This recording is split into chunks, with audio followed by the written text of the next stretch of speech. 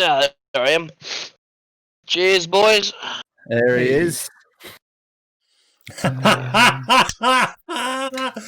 got the. I love you, Lax. I fucking What do you love mean? you, mate. What are you trying to say? What's wrong? Nothing at all, mate. Nothing at all. Nothing. You look stunning. You look fucking stunning. Oh, I appreciate it. It's good to be here. It's good to be here. That's a nice one. The scary part is he legitimately looks better than my ex. Don't know what that says about me, but I don't know what you're talking about, to be honest. But anyway, No idea. hopefully it's not at my expense. Oh no, mate! It's loving you for the guy you are. You're fucking amazing, mate.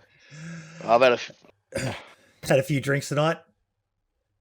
Yeah, Saturday. Well, when you not work. Well, if streaming's working, I don't know if you call it working, but when you do nearly 50 hours a week, Saturdays are pretty important just to rest up, have a few drinks, and relax. Yeah, and for those Don't drink too much. For those who want to know, like we've talked with Lax in the past about the demands of being a full-time streamer and that, and yes, it is essentially you can boil it down to turning a camera on and then just talking for a number of hours, but it is draining. It is draining. Like look at last week, I couldn't do the podcast because I just wasn't feeling great, and when you're doing it full-time for a living, it's a big fucking ask, isn't it, Lax? Well, yeah, I mean, even if you don't feel it, don't feel up to it, you still.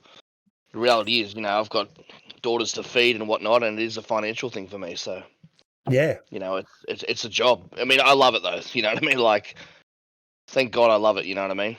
So there's not many days where I turn on that stream and don't feel up for it. Especially when you've got a fucking awesome community as well. Yeah, it's quite easy. But ladies and gentlemen, welcome to episode 25. We cracked a quarter of a century. So fucking hell. Congratulations. And how many days since our last incident, Brim? As of today, 21. I haven't updated it on my little whiteboard, so but I've got it all up here where it's important. So yeah, 21 There'll be one days. tonight. There'll be one tonight, I'll guarantee it. Yeah, that's getting erased in the next half an hour. I can almost guarantee it. But I want to thank Lax, and finally we've managed to get Foxy on tonight. Foxy, how you doing, buddy? I'm doing well. How are you? Fantastic, mate. It's good to finally have you. Foxy has been pretty much since the beginning of this show in the background, helping me out. He set up the Discord. He's always finding leads for topics for us to discuss. And I've always said to him for the day when you're available, because he works a full-time job as well. He's a chef by trade. We all know the hours hospitality workers work. I said there will always be a spot on the show for you whenever you need it. So it's finally good to have you on, Foxy. Thank you so much, mate, for all the support over the month so far. I'm glad to be here, finally. But the main star of the night is Mr. Lieutenant Master. How are you today, sir? Really good. And you all? How are you guys? It's good to have you on, mate. Not a lot of people know you, I don't think, although I have no doubt that you're probably becoming more famous now that you're attached to the expansion project. But I first became aware of you back with good old Survivor games, mate. Indeed. To give a bit of backstory, I joined the DayZ server games as a moderator almost 1 or 2 days. 2 days just after the first release of the mod, not the mod, the DLC. Mm-hmm. So really quickly, I got involved in the team, explaining why you saw me really early in the project. Yep. And also why you saw me everywhere. Yeah. Because I really quickly took the role as a community manager while the team was fixing and improving the DLC as much as they could. Was that a paid role, was it? Not really. No. It was most, free involvement, helping them when I could. Yep. Because you were amazing in that Discord, mate. Other than a couple of the dev team behind Survivor games, you were the main person in there answering questions for people when Survivor games first launched, and it was an amazing thing to see. And that's why when we started the Discord for the podcast, you were one of the first people I thought of asking if you'd be a moderator. Now it's pretty tame at the moment. Hopefully, things keep on kicking off for the podcast. But yeah, you've been. What else? What else don't we know about you? How long have you been following DayZ for? A really long time ago, in fact. I started to follow DayZ and Bohemia with Arma2, then DayZ Mod, then MR3 and DayZ Standalone. I followed really closely the development of DayZ. Yep. To a point where I knew pretty much what was going to happen way before most players, like the dead time of DayZ in Alpha and all these things. A lot of players was asking when the game will be good, and I knew, hey, nothing is really good happening because they're working on the next things. And when server games happened, I did the same thing. I just data mined the project, followed what was happening to a point where I managed to do this little thing, which you should take a look at right now. Mm-hmm. And this is pretty much what I did for the last 5 years, I guess, about DayZ and Bohemia. I also worked on ARMA3 servers, mods, smaller mods, not big ones, other communities in other games, as a community manager, developer, sometimes as a 3D artist, but I'm not really good at it, to be honest. So, yeah, I was pretty much everywhere. That's good though, mate, because there's so many people like yourself who are just behind the scenes that people just have no clue about the amount of work and the true believers of the DayZ and Survivor Games, whilst it was going to be its own standalone game, is still very central to DayZ.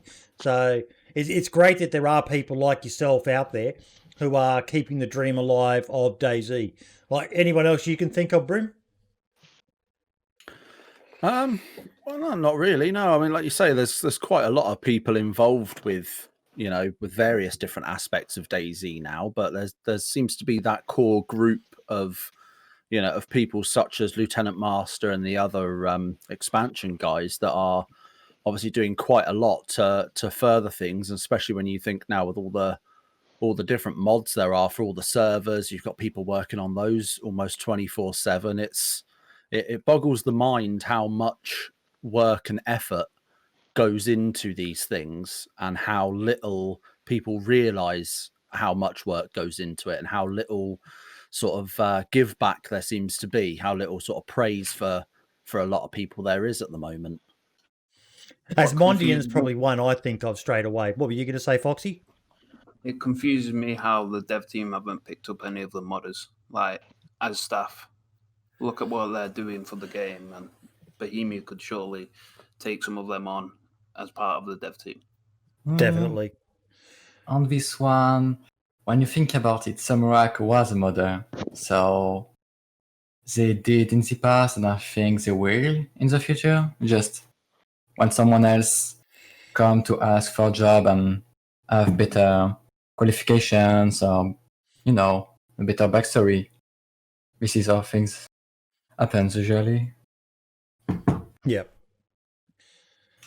But no, it would be good to see some more, and we've got a topic coming up later that kind of will allow us to flesh out that point a bit. But the reason we got Lieutenant Master here tonight is to talk about, now we've discussed it previously on the show with Brim and Val and a few others from time to time, but with you actually having been a part of the project, I know there'll be some stuff you can't talk about, but what happened with Survivor Games was truly tragic because it was such a massive memory. Like, I don't know about the rest of yous, but for me, I remember watching the Survivor Games on Twitch, just blown away by this Battle Royale event before Battle Royale was even a thing.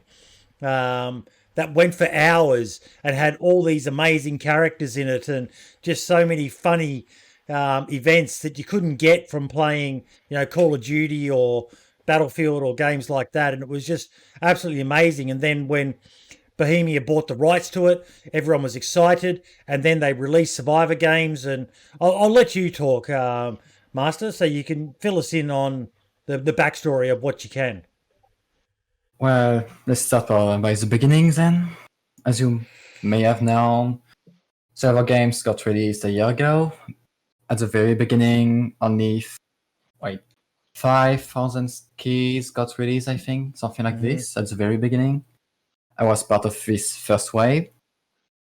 And what happened is the small team didn't know how stable or good the game mode was, explaining a lot of issues we saw in streams, videos, and talks, like server crashes. Like I think I have a screenshot somewhere about how buggy the game mode was for a really long time. Oh, right there. So, no, not this one. This one. So you can show this to your viewers if you want to. The easiest way is if you share your screen, because then I can view it in this same page. Let's do this then. Okay, and this one. If Windows want to show the picture now. Yep, got it up. Windows, please. What? Do your thing.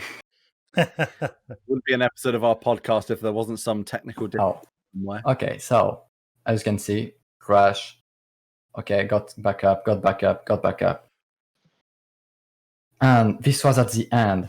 It was even worse at the beginning. So between the small team, the lack of feedback they had internally before the release of the game mode, and many other things, it was a pain to play. Yep. Like, if you take this one, they had to make this chart because players couldn't play, because there was not enough players playing the game mode. As you can see, they had to do a special thing to explain how things will work at this point. So, lack of players, server crashing every time, UI getting stuck, not enough people to work on the game mode, and a very early release of the game mode. That was a bad start, a really bad one. I don't know. I still think it was better than Dead Matter's start, but yeah. Yeah, that was some things. Well, even if they had a lot of issues, they tried to keep the mod, the game mode, alive. They tried to do in-game events to explain what was going on. Yep. As you can see, trying to explain what got fixed. Let's try to make an event, giving some free keys to everyone so they could bring their friends. And they even tried to get the community involved. And by this, I mean this guy was just a random guy playing the mod, not the game mod, the game mod, managed to become a game master, allowing him to make in-game events, saying, hey, you need to do this, and you could win server games keys, play the game with your friends. So they really tried. And even after months and weeks and many updates, it failed because it was at a really early stage. Lax, did you actually play the game yourself? I did. I did, and I knew a lot of things was problematic, between crashes, low FPS, because at the very beginning, the zombies they used, whereas they had some sort of horde, but not big hordes like you think about it, and somehow it was really badly optimized, something like this. Yep. And because of all these issues, it was really hard to get a game, to play the game, and to not crash. Yeah. The biggest issue we had as streamers was just trying to get into it. It just took a long time to actually get into the game. Yep. When you're live, you know what I mean? The wait time is, and you got it was a really long wait time. They tried to improve it. Yeah. They tried a lot by optimizing the server, the game, fixing bugs, but yeah, it was not enough to get the players involved into something really early and buggy. Let's be honest. Yeah. I personally had a think the really biggest good problem idea. it had, Master, was just how different it was from the Survivor games that people knew and loved. It was like they were trying to condense a 3 to 4 to 5 hour event into a 30-minute. Yeah, it just. About this, it was because they knew they were lacking features. Mhm. Like a lot of things was missing in this version. As you can see, these things, we never saw these things in game, Yeah. but you can see in screenshots of it. And they tried to do many things. Like they wanted to have other maps, have playground editor, and many other things. Same thing, starter kit and other things that were planned and were in the game files. But sadly, because they were not ready, they had to pretty much reduce the game mode as something players could try. And this is why we had something where in almost an hour of gameplay, you had to do 3 stages instead of like 3 hours of gameplay, where you could do a lot more things. Yeah. And this is explaining why so many things were not in the, not final, but the first release of the game mode. It was sad because I really wanted it to succeed. Like I went and played a couple of games. I sucked at it, like I suck at most PvP oriented games. But I definitely the infected were quite surprising to me. It was a case of what the hell? Okay, that's a lot of infected. Around particularly like I used to quite often just run straight out to the left and get to the hospital, try and get as many meds as I could, then find a basic gun and stuff like that. But just even to get into the little hospital there was just insane, the sheer volume of them. And they were kind of derpy, I thought, as well. Yeah, let's be I think I got a video about them when you could see them trying to eat you or something like this. I don't really know what they were doing at the time, but they were a bit clunky. I think I got the video somewhere. Let's see. Where is it? Looks like I don't have the video anymore. Okay, I don't have it today. Marx is saying in chat that he's not certain if infected works in a battle royale game. I don't know. I think you could say the same with just a MMO survivor game like DayZ. Like on a lot of the servers, infected aren't really a threat, but if they're done right, they're basically like one of the things I've always said I would have loved in DayZ is that when someone fires a shot, a flock of birds goes off into the sky, so you can see the area where the shot came from. We don't have that, but what we do have is if there are infected around, the infected will run to the source of the shot. So they're sort of, it's something you need to be aware of, that you shoot, if you don't scoot straight away, you're going to get swamped by infected. And not only if you didn't kill that person, and that's where it kind of still applies a bit to even like survivor games, that they can have their place in the game. But it was just, I think they went overboard with how many they had. And yeah. I think I would take zombies in a battle royale game over like bots at this point.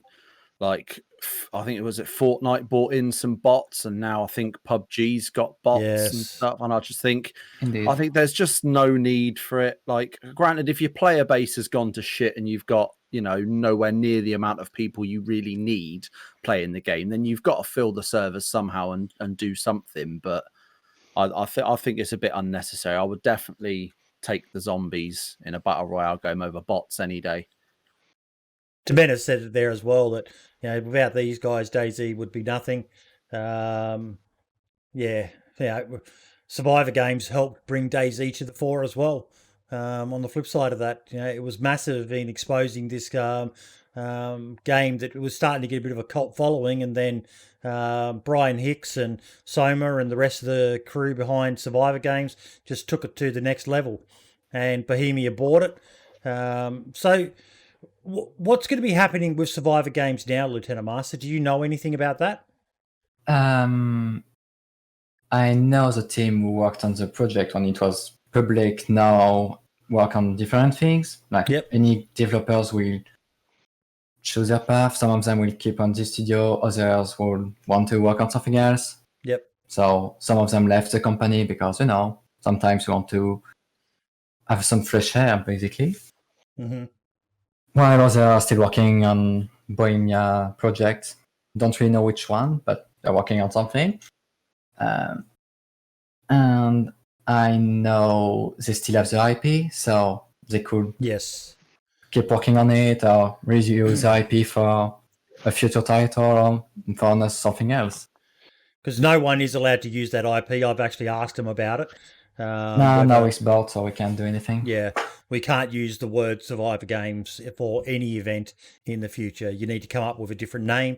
And we talked in the past, I think it's Rab Plays is doing his Battle Royale events at the moment. And I know Diddy's been talking about stuff, and Ben from Blue Waffle's been talking about stuff.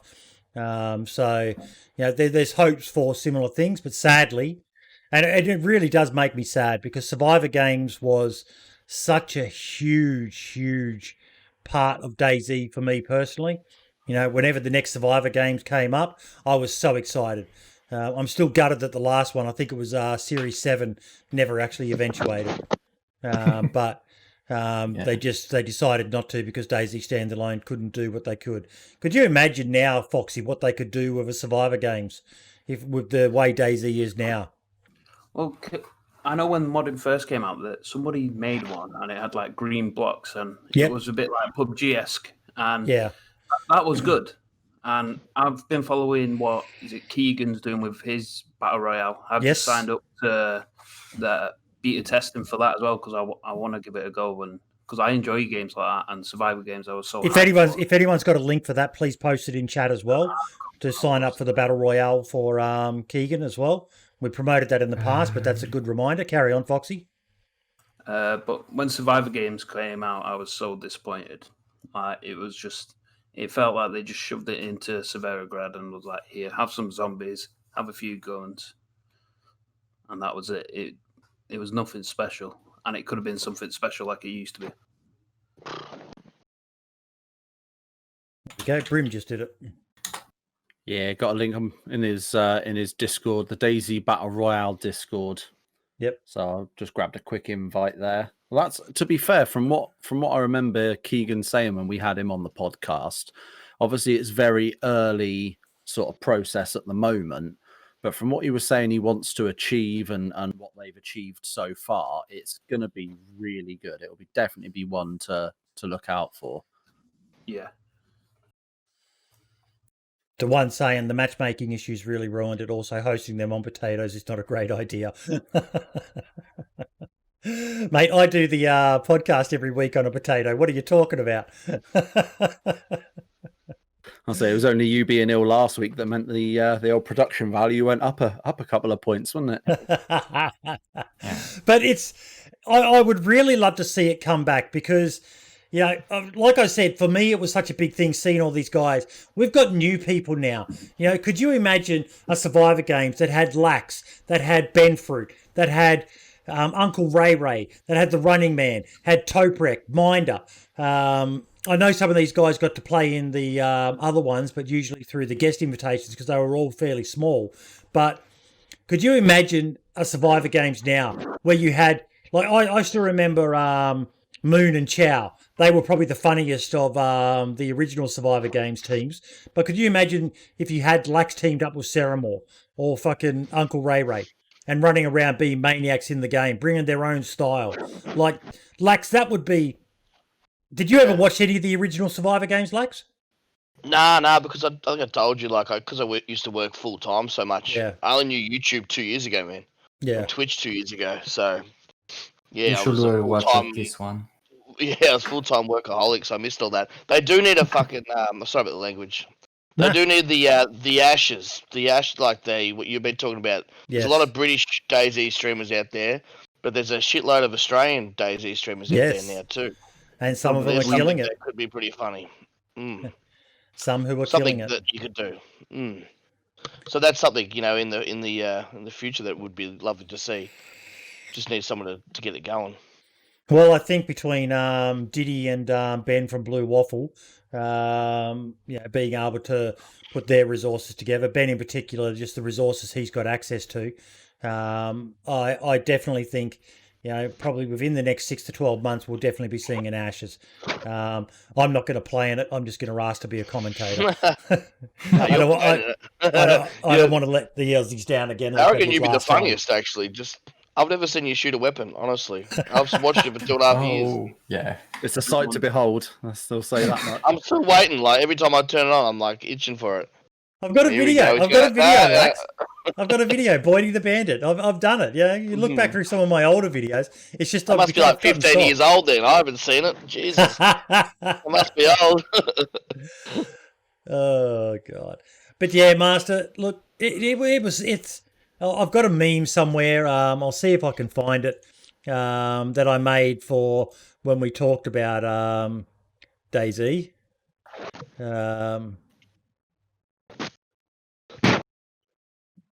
Here. How Brian Hicks reacted when BI launched the Survivor Games game. Look how they massacred my boy. I just love how you have a specific folder on your computer titled memes. I don't think any of us have got that. I make them every now and then. Some I keep for later, and others. You've got to pick the right thing. Some people can get very upset when you do a meme that people don't understand or something like that. It's a bit of an edgy humor, and what are we 21 days now? You said from the last incident, so might see if I can 21.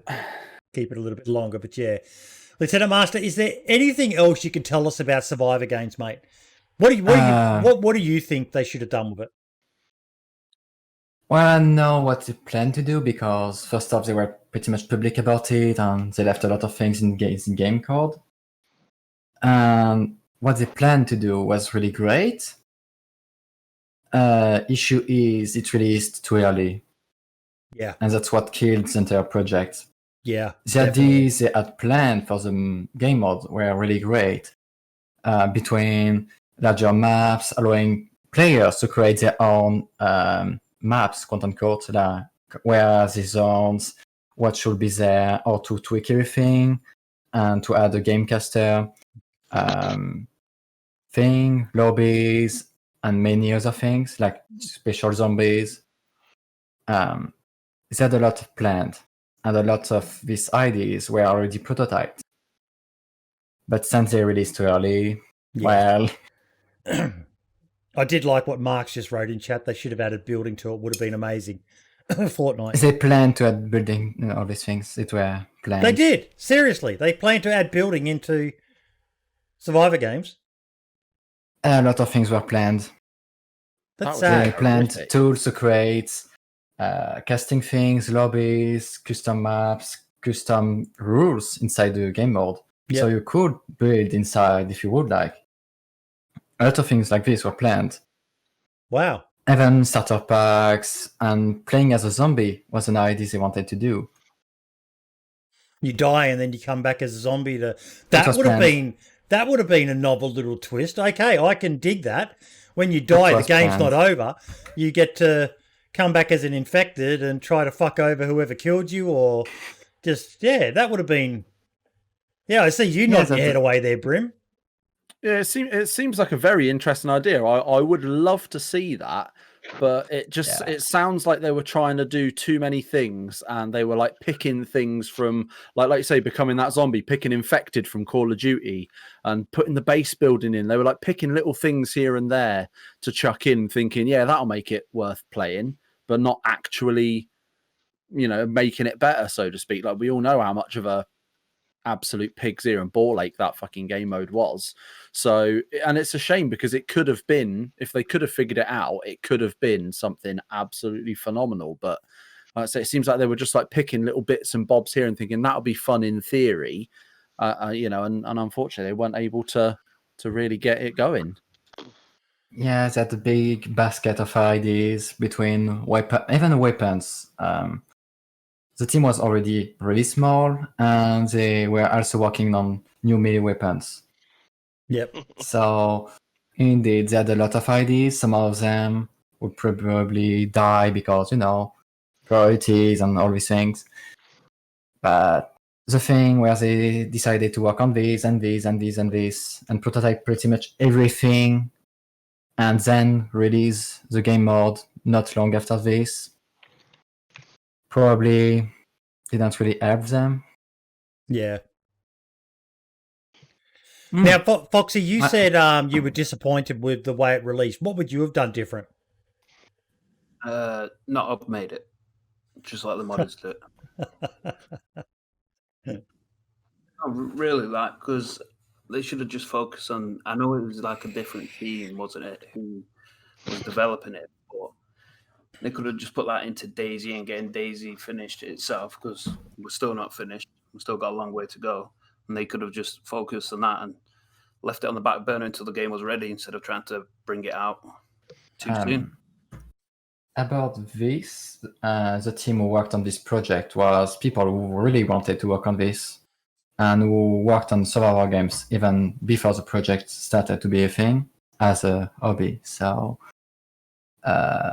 it was more a request from the developers of this team to work on this project as a real project instead of just a hobby. Right, okay. So I can agree they should have worked on DayZ instead, but since it was pretty much a hobby for them, you don't want to ruin the hobby of everyone else. So You see, what surprised me, what I would say is they shouldn't have made the standalone game mod. They should have stuck with the format that Brian and Soma and them came up with back in the day. And just, it was this massive event that they controlled, they owned, they marketed it, and used it as a way to promote the company. Basically, instead of paying for massive stalls and stuff at expos, which is great and all the rest of it, but every 6 months they run a massive Survivor Games event where they get the community in to vote on who they want to represent it, and they get sponsors, prizes, and just make this massive event of it, because it was back in the day, Lax. It was something to behold, mate. When Survivor Games, like, for those who love Survivor Games, you know about Mr. Moon's training day video he made. One of Moon's best videos. Him and Ciao training in preparation for a Survivor Games event. Fucking hilarious stuff. Absolutely it's a shame hilarious. I came in too late. I really was so I missed a lot. I missed a hell of a lot, and I unfortunately you can't probably see all that stuff anymore, can you? Can you go back? Is it still Yeah. So if you've there's a number of, if you just search Survivor Games with the GAMEZ, you'll get links to everything, whether it be the official YouTube channel, which still has their coverage of the events up, and when you consider as well, just they were doing these events back in the day before all the stuff they've got now. It's quite impressive what Brian and Soma and the rest of the guys managed to achieve. Soma was a streamer, isn't he? He still streams a bit. Yeah, he still streams. Yep. So he was connected to DayZ. Yeah. I'm still learning this. Yeah. Yep. Yep. So he was, as in like he was business wise, he was connected to DayZ. No, he was Survivor Games. He was, Yeah. wasn't he? He was. Master? No, I was meaning he was connected to Survivor the Games. project as a hobby before, like. Yeah. Always look forward to the podcast Yeah, every he used Saturday to at be 3. he used to be fairly Soma, because I still see him streaming a bit, and I know he's connected to Twitch. I think he works a bit for Twitch. I think. Yeah, he's one of those guys who's worked in a lot of areas around the industry. Yep. Yeah, it's a shame I missed all these legends when they first, when they're in their prime.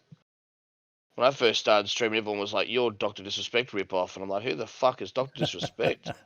Who is this guy?" Happened to be the biggest Twitch streamer in Look, I'm certain Doctor Disrespect isn't the first guy to put on a character. I Either, used to say, look, man, I'm exactly the same. The only difference is I play man's games. It's the only difference. Someone clip that. Someone clip that. Let's start a beat. It's truth.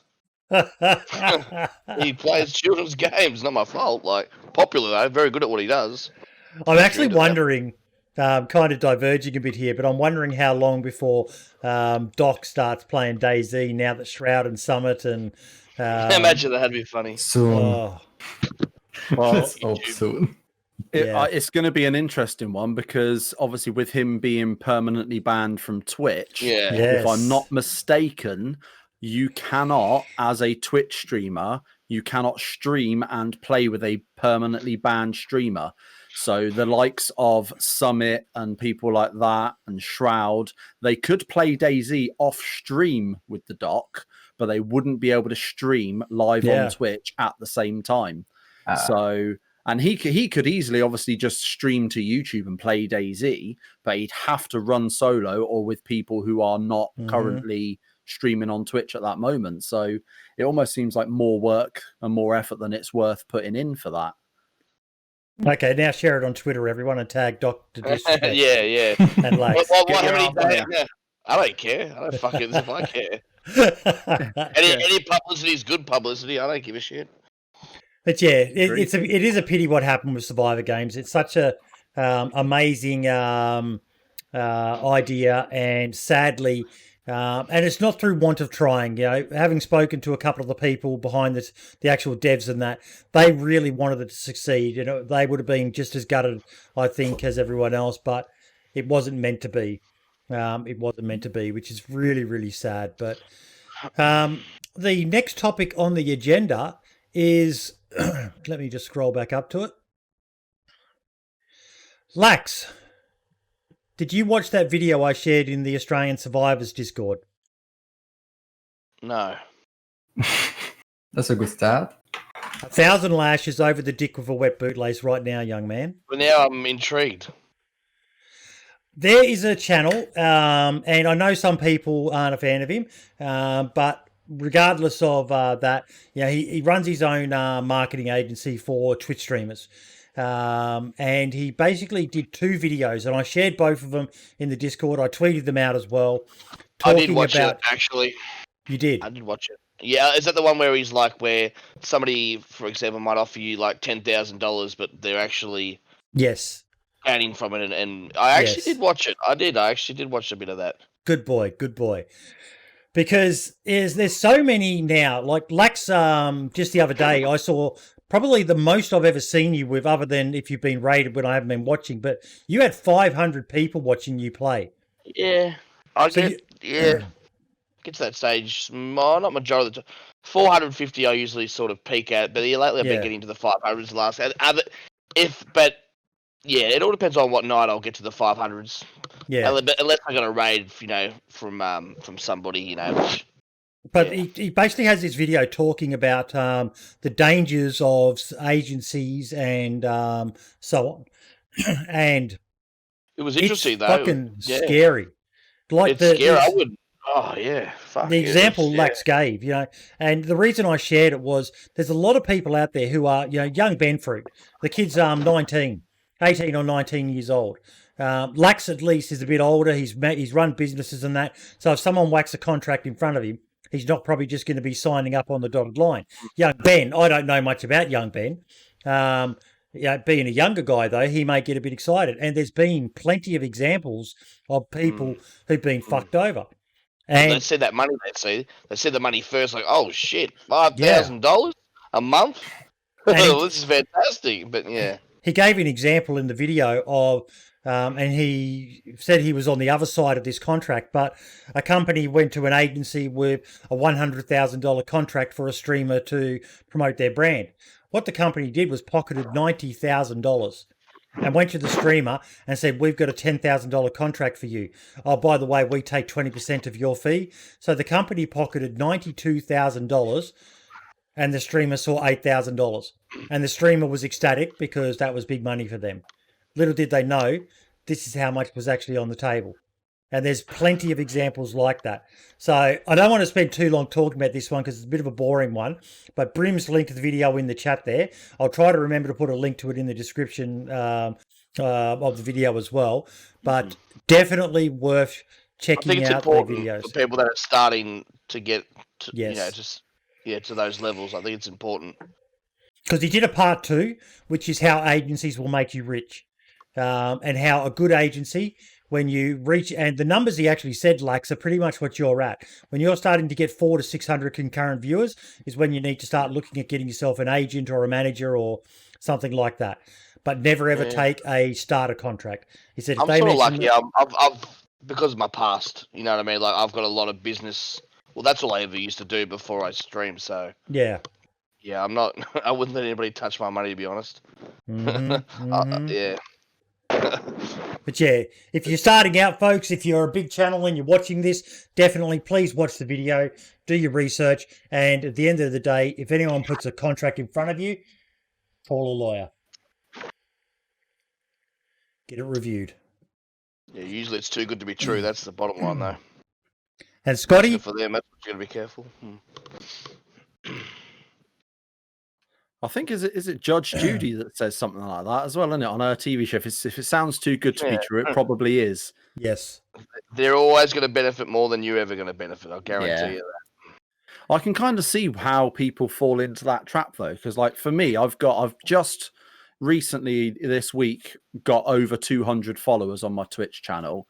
I'm streaming a lot more regularly now, and if someone came to me and said, Brim, we've got you a deal for $5,000. Like, that's more than I make in a month at my day job. Well, I say day job, it's at night, but still, like, I don't make that in a month. Not a fucking chance. You know, so I don't think I make that in 6 months sometimes. So, you know, I don't know that I wouldn't, you know, I think I would probably fucking, I'd like to think I'm smart enough to have a little read into it and look into it. But at the same time, I am a bit of a tit at times. So I'd probably, err on the side of give me that fucking money. So I can see how people fall into it. For those who follow some of the YouTube drama and all the rest of it, there was a very high-profile example recently involving a guy by the name of Tfue that some of you may have heard of. Now, Tfue was signed into a contract to be a member of the FaZe clan, which I'm certain most of you have heard of, FaZe Banks and FaZe Rain and fucking all the rest of them. And then he wanted to get out of that contract because the terms he found weren't favourable.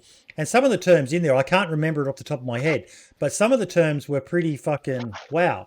And it's a case of they identified a young up-and-comer. They signed him into a contract that was very beneficial to them. And then once he got massive himself, he realised he was kind of being screwed. It's the basic premise of it. You know, they say they weren't enforcing half the things they had in there, but the fact that he signed a contract that allowed them to take so much money from him, yeah, a young guy, big dollars thrown in front of him. Fuck yeah, I'll sign that. And then all of a sudden realizes, oh, that might not have been so good to have signed. I've actually found on the interwebs the picture. I'll see if I can share my screen so everyone can see. But basically the splits between Tfue and FaZe Clan and what we're basically talking about. Marx is saying it was an 80-20 contract. So I'm guessing it was a pretty shitty contract looking at it. So you got brand deals bought in by FaZe Clan.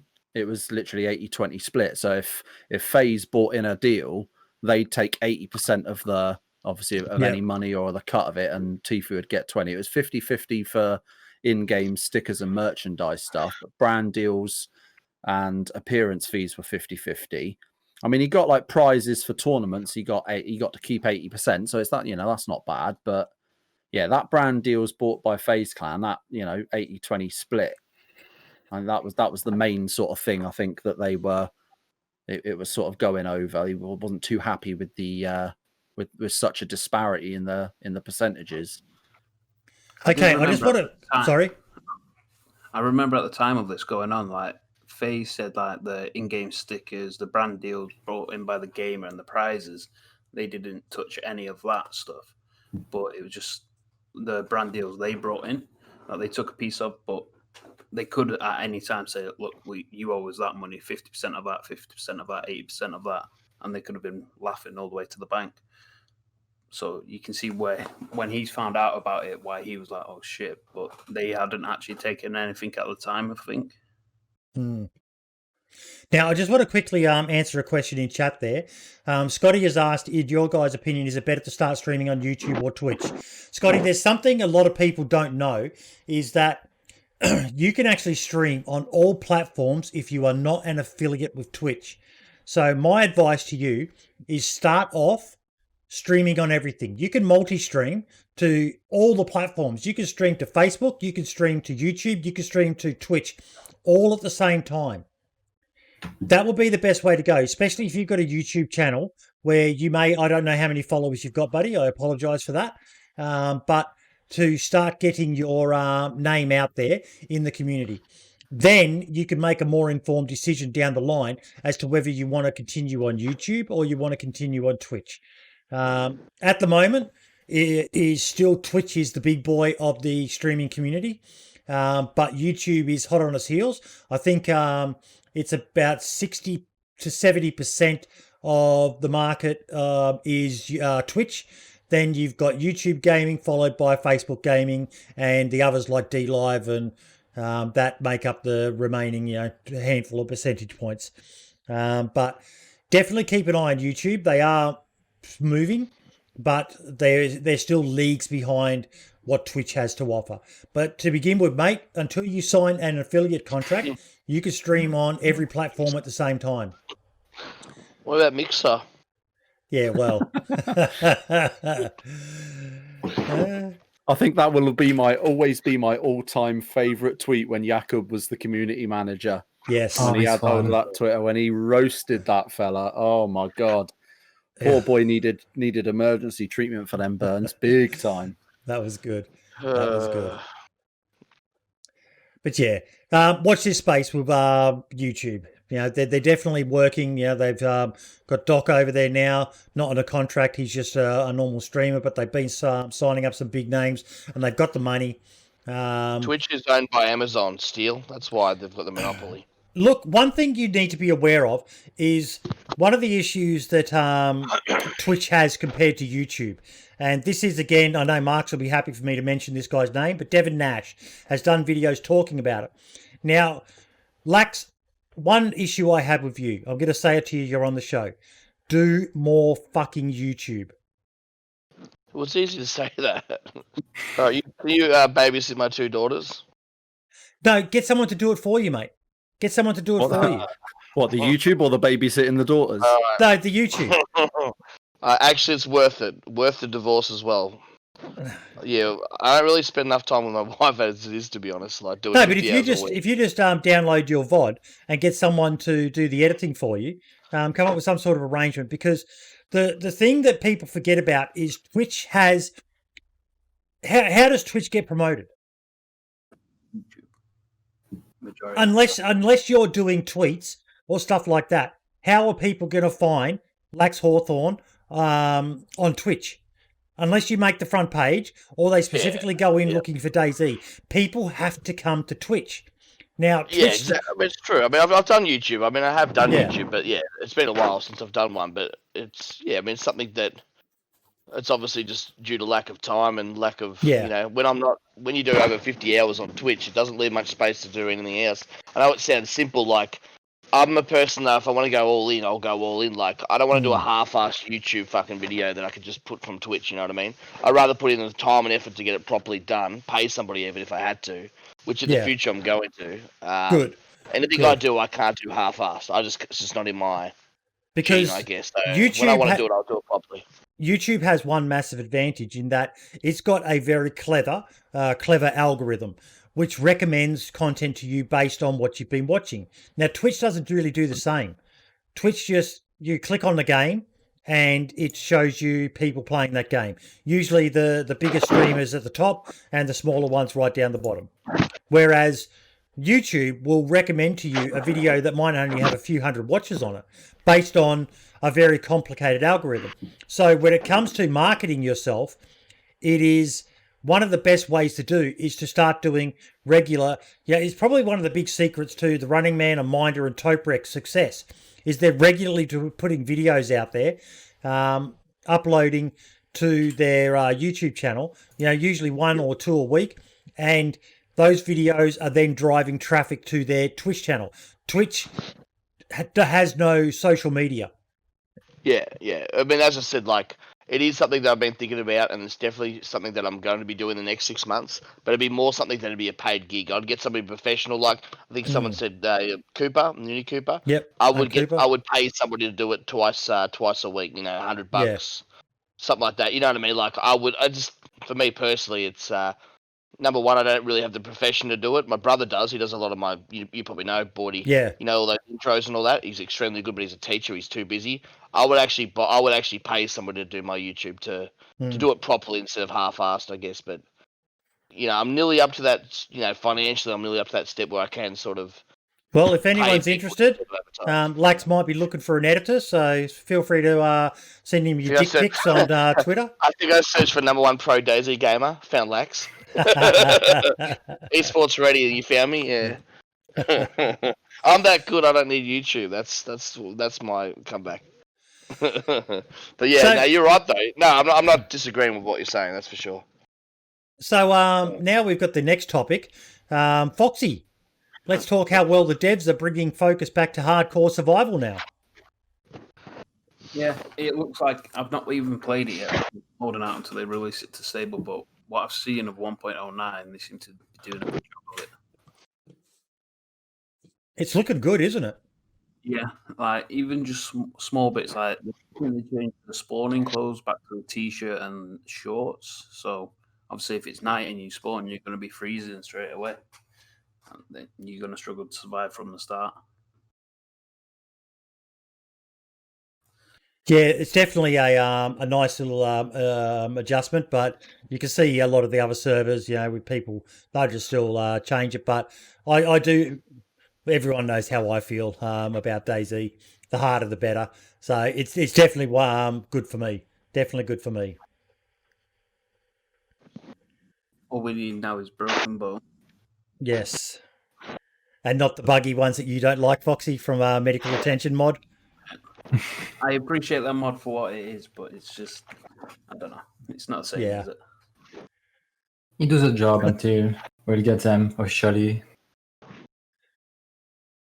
Yeah, look, it's better than a poke in the eye, that's for sure. At least it's something that he's managed to bring to, for those who really miss it. He does still add it, but me personally, I think one of the things they need to fix is how easily people die in DayZ. We were talking in my stream earlier about the good old days of DayZ, with the rose-coloured glasses and all the rest of it.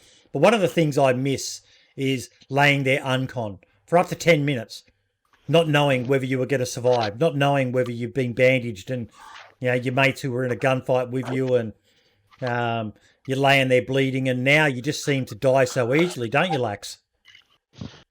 Yeah, I do remember the old, because I have actually started, I played DayZ from the very get-go when it was a mod for Armour. I think it was Arrowhead, wasn't it? Armour 2 Arrowhead? Yep, that's Operation Arrowhead. Yeah, but I always remember when I used to play that game, you could be uncon for fucking 15 minutes. You'd be sitting there for 15, do you remember that, Bordy? Yeah. Do you remember when you're sitting there, you'd be sitting there for 15 minutes? I mean, yeah, but it was always that thrill of like, when you got up, it was like, oh my God. Yeah, there was that sense of elation of, fuck me, I'm alive. I'm alive, oh my God. Now I've got to get bandages. Now I've got to get a splint. Yep. Some poor bastards bloody knocked me out and took all my shit, now I've got to make a splint. Like now it's just you are dead. Great. You go uncon when you're getting beaten by infected, and then you're going to die. There's no... Yeah, but I think that's for universal appeal, I think, though. I think nobody wants to wait really 15 minutes to... I just think that people would be like, "Oh, this is too ridiculous." I think, like, as a I mean, for me and you maybe, or yourself, because you're a hardcore lover, I understand that you'd thrive on that. But I think for the general public, people ain't gonna wait 15 minutes, man. Not in this day and age. People don't even want to wait 1 minute. They'd be like, "Oh, this is too long." That's my opinion, anyway. I just think that's too long. You can't wait. Yeah, I don't mind. I don't mind the uncon. They do need broken bones though, like. DayZ needs broken bones. Yeah. I've noticed on a few servers recently that quite a lot of people will as soon as they get knocked unconscious, they will just hit respawn. Yeah. And it means when you're messing around, like whether it would be on like Uncle Ray Ray's server or whether you're on Smoke's Day One Livonia server, you know, the interactions on those servers are what make those servers so great. Yeah, right. And when you get that point, the amount of times that, you know, I'll bump into someone and I'll have a shovel or a sledgehammer or something, and you know, you end up teaming up with people, knocking someone out, and you think, right, quick, tie him up while I bandage. But before the guys managed to get the rope out, the guy's just respawned and his body's dead. And you think, that could have had a really good time at that, you know, just messing about. What really gets me is people that I can't stand people that like, when they spawn in, they don't like the little area they've got, and they just they kill themselves. Yeah, I hate that. Even as a streamer, like, even if I've had like the greatest adventure in, say, Polana or something, if I die, I die. That's that adventure over unless I spawn close to it. But I will not. I've seen people do that on hardcore servers as well. Like, I can't stand that, man. I remember big battle on DayZ Down Under. We were in Toppelin. Someone ban Bizarre Wings in your chat, please. Sorry, what was that? Someone said about this wig thing. Can someone ban Bizarre Wigs? It's not a wig. I'm wearing a hat. Dedication, yeah. Like, come on. Like, if it was a wig, I wouldn't have it on, wouldn't I? Jesus. Grow up. Yeah. This is a sensitive stream. But no, I've seen it happen on hardcore servers as well. It just really disappoints me when, but it's basically new spawn. Okay. And, I really love it because I love looting and, somewhere different. Now I get to loot again. But yeah. I hate it, man. I hate it. What have we got as the next topic? We have got Asmund. No, I went too far. You've missed out the most important petition. Oh, yes, yes. Yeah. Now, if you could, Brim, would you be able to bring it up on your computer and share it on the stream? I've shared it in the chat, but I'll bring it up on my on the stream as well.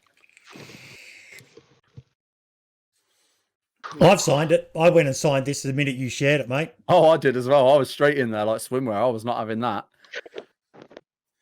So there's the proper. Grow Don only Sibley's 14 people have signed this is shocking. Come on, people! Everyone in chat now, jump in and sign this. Don Sibley needs to grow his beard back. He looks better with his beard. He looks fantastic without his beard. He's definitely a handsome fella. I don't think you'll get anyone that's going to disagree with that. But let's be honest, it came as a shock to all of us. I mean, Lax, just purely for the business side of it, mate. He needs to redo all of his animations because all of his animations had this creepy guy with a beard popping onto the screen. When I had the beard, I look like I'm 70, dude. When I've got a beard, I look fucking terrible. Absolutely terrible when I've got a beard, mate. So I'm glad I shaved mine. I look ridiculous. I look back to being 25 again. Yeah, hit a refresh. See if anyone else has signed it. I tell you about. No. Talk about underrated Australian streamers. Yeah. Bang. Straight there, mate. Don Sibley, definitely. Don's fucking amazing. I didn't realise until I started doing this podcast way back when, I did not realise how many Australian streamers and YouTubers there were. I knew of you two, Boydie and Lax, and that was pretty much it. That was my list. And then all of a sudden, I started doing the podcast and be like, oh, yeah, check out this guy, check out that guy. And check out. Do you want to know person. something that really pisses me off? Do you know how many of them are fucking Tasmanians? Fucking Tasmania. Ben, Dude Thor, Diddy. I don't know what they're drinking in that water, but... Charlie DayZ, Loco Sutra. What's going on there? What is going on there? Well, we've had 2 more people have signed the petition. There we go. There we go. Number 16. T. Ben's got a good point. Have you seen, talk about high quality, where is it? Where has he said? His cutscenes. Yes. Don Sibley's like all his cutscenes and all his little bits and pieces he does. Like when you watch the stream, like just insane. Like I've said it a few weeks back, Lax, but you're the same though, mate. You and Don are bringing something to streaming that not a lot of other people do. A level of professionalism with your cutscenes, with your I talked about you. One of the things that I love about you is your follow, sub, and donation alerts. Oh, yeah. Your follow alert is That's horrible. at its So core. picky. At its core, it is so capitalist. Yeah. You're one step away from being a sub, but it works for you. So bad, but yeah, well, people know it's a bit of a, like it's a piss joke, but actually, my brother did it, and I just did it for a laugh. I did it as a laugh, and then because my brother filmed it, my brother's like, "Oh, that was funny. Okay, now we'll do the real one now." And I'm like, "No, that's it." He's like, "No way, you'll get away with that." I'm like, "That's it. We're doing that." Yep. It's a bit cheeky, but like it's everyone. I mean, everyone knows it's a bloody joke. I think that's the thing, isn't it? As well, like you say, everyone knows it's a joke. Everyone's, Up to Laxhawthorn. Yeah, I mean the amount of, I mean, I've never, I don't think I've ever seen anyone come into your stream and say, "Oh, that's a bit fucking weird. Why are you asking for money?" Like everyone gets it, and I think that's what makes it that much better as well. The fact that it's like everyone's in on the joke. Massive piss joke, but yeah, you got to make that's the thing. Like when you want to stream and you want to be on Twitch, and you've got got to people find your niche. Got to find it. You look at Ray. He's probably he's we know what he's like. He's crazy, but there's people out there will love that have that niche that wants someone that's absolutely over the top insane, and he's found that niche. You know what I mean? Yep. He's found that. Ceremore's the same. It might not be for 80% of the public, but those 20%, but you need to find that little niche, or you'll just go under the radar, Yeah, they are 4 and 2. All the guys we mentioned. If someone wants to, you can post links to Ceramore, to Uncle Ray, and everyone else's channel in here. But yeah, they're fucking amazing. They're absolutely fucking amazing. Ceramore he's great. It's good that he's back too. He's really cool. Yeah, he brings something to. I've read it to a few times, and he's just very, very good at what he does as well. I'm glad he's. There's so many older streamers that have come back. Like we're talking about, like Techly and Ceramore, and it's fantastic to see the DayZ community really thriving at the moment.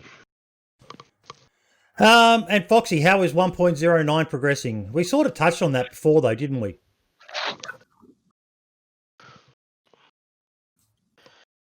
Have all of you actually played it? Because, like I said, I haven't. I haven't. What are we talking about? Sorry, which game? 1.09. Nah, I haven't played it. Experimental. Yeah, I mean, I think I did a stream a couple of weeks back playing it for a little while, and it was pretty good, to be fair. I mean, half my problem that I had, though, on my stream was that I accidentally clicked onto Livonia instead of Chernarus and then spent 3 hours getting lost because I forgot my map knowledge on Livonia is absolute shite. So I was concentrating on on trying to find my way to anywhere. See Livonia coming back around again. I noticed people stopped playing it and now it's coming back into rotation.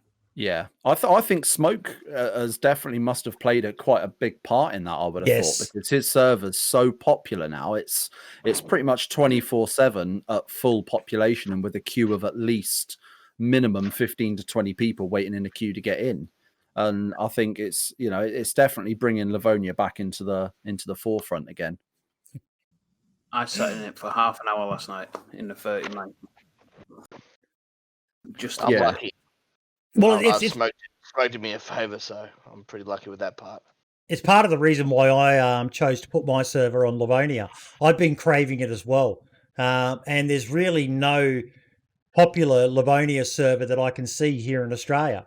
And I played on Smoke's Day 1 Livonia, and I had a blast on it. But 300 ping is just fucking terrible. Smooth though, man. Like it's 250 on mine, and it's smooth as butter. Yeah, on mine it is anyway, but there's still that annoying lag of opening a door and things like that. Not for me, it's not, but maybe it's. Yeah. Hey, I'm not a big streamer like you who can afford a top of the line PC. Oh, here we go. Here we go. No, I don't get any lag. I mean, mine's at 250. Mine should be the same ping as you, and I don't get any issue. I'm up in Brisbane though, mate. I've got to go through all the way down to Sydney. That might be the issue, yeah. And it's probably the fact that I use a VPN as well, which goes to Melbourne and then to Sydney and then across, and fucking God knows where else. Yeah, I saw that tweet. You got all the way in and you got banned for VPN usage or something. Oh man, that spun me out. Hey, I was like, what the fuck? I've never been banned or kicked from a queue for a VPN before, and I was wondering if it was some new BattlEye update, but no, apparently it's a setting you can have on servers. You know the good thing though, but I'll tell you what though, like I've only really, and I'll be honest, like I've only really been in a smoke stream the last month. Yep. And I actually went in there. I actually said to him, man, go into Livonia, go into day one has really, really helped my stream again. Like I feel good about it. There's something different. There's something new to me. You know, I was getting over Chinaris. It's awesome. And then ever since then, he's so polite, Smoke. He's so like a gentleman. Yes. Even with like, you know, he gave me priority. He gave me like he was rating me and said thanks so much for playing on it, whatnot as well. And even when your issue with the VPN, I remember his message like, "So sorry, Bordy." Yeah, it kind of blew me away. The man is a bloody gentleman. He's rated me twice now as well since then, and it's like, yeah. He's one of the most humble and nicest guys in the DayZ community. If it wasn't for the Running Man, because the Running Man is pretty much purely DayZ, Smoke would be the king of DayZ. But Smoke also plays Escape from Tarkov. Yeah, I don't watch much of Running Man, but I've just been absolutely loving Smoke streams. How he just stays so calm, and when he murders somebody, there's no like you beauty. It's just like on to the next. Yeah, it's just literally just like it could be the greatest shot of all time, and there's just literally like he stays so calm, so calculated. He's one of the most humble guys. Like when you do watch him, when it comes to PvP, he's Shroud-like. He's beaten Shroud in PvP on DayZ before. Yeah, that's how fucking good the guy is. But he is just the most humble, nicest guy around.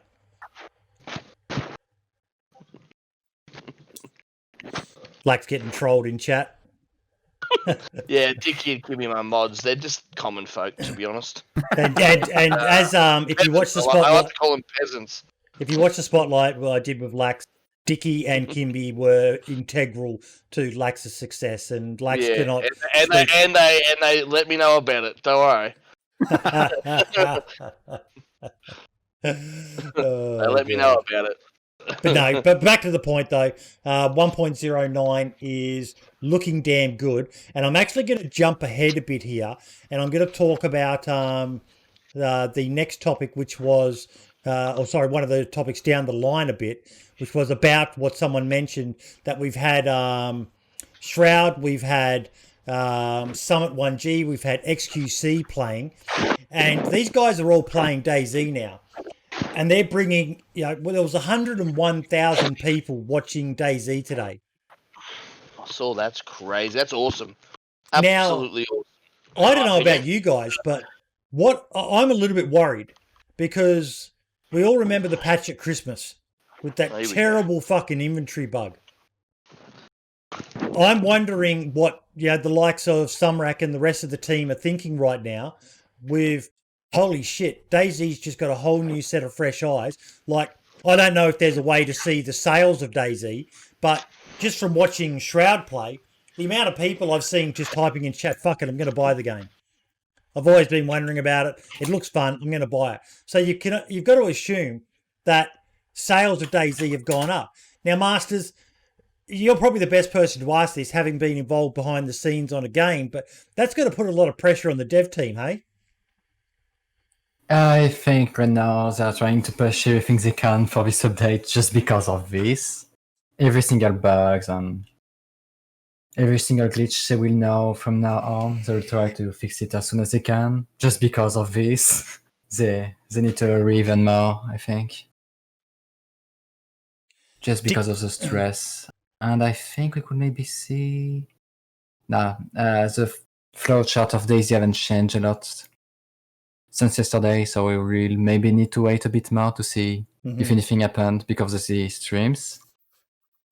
And I can't imagine it's going to change that much that quickly. I think you'll have a lot of people that will see guys like Summit, Shroud, people like that playing it, and we'll wait a couple of weeks, maybe even a month, and then end up picking it up a little bit later on down the line after they've had a good bit of time watching, their favorite streamers play it. But it's bound to get some sort of an upswing at some point soon.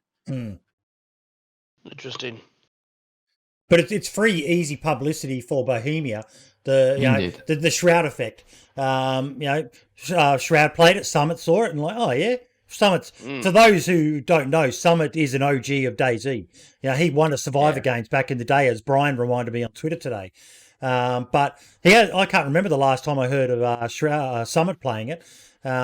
Shroud, I know in the past has dabbled in it, but the state that DayZ's in now, regardless of what the haters say about dead game and all, but well, that's a bit of a spike there.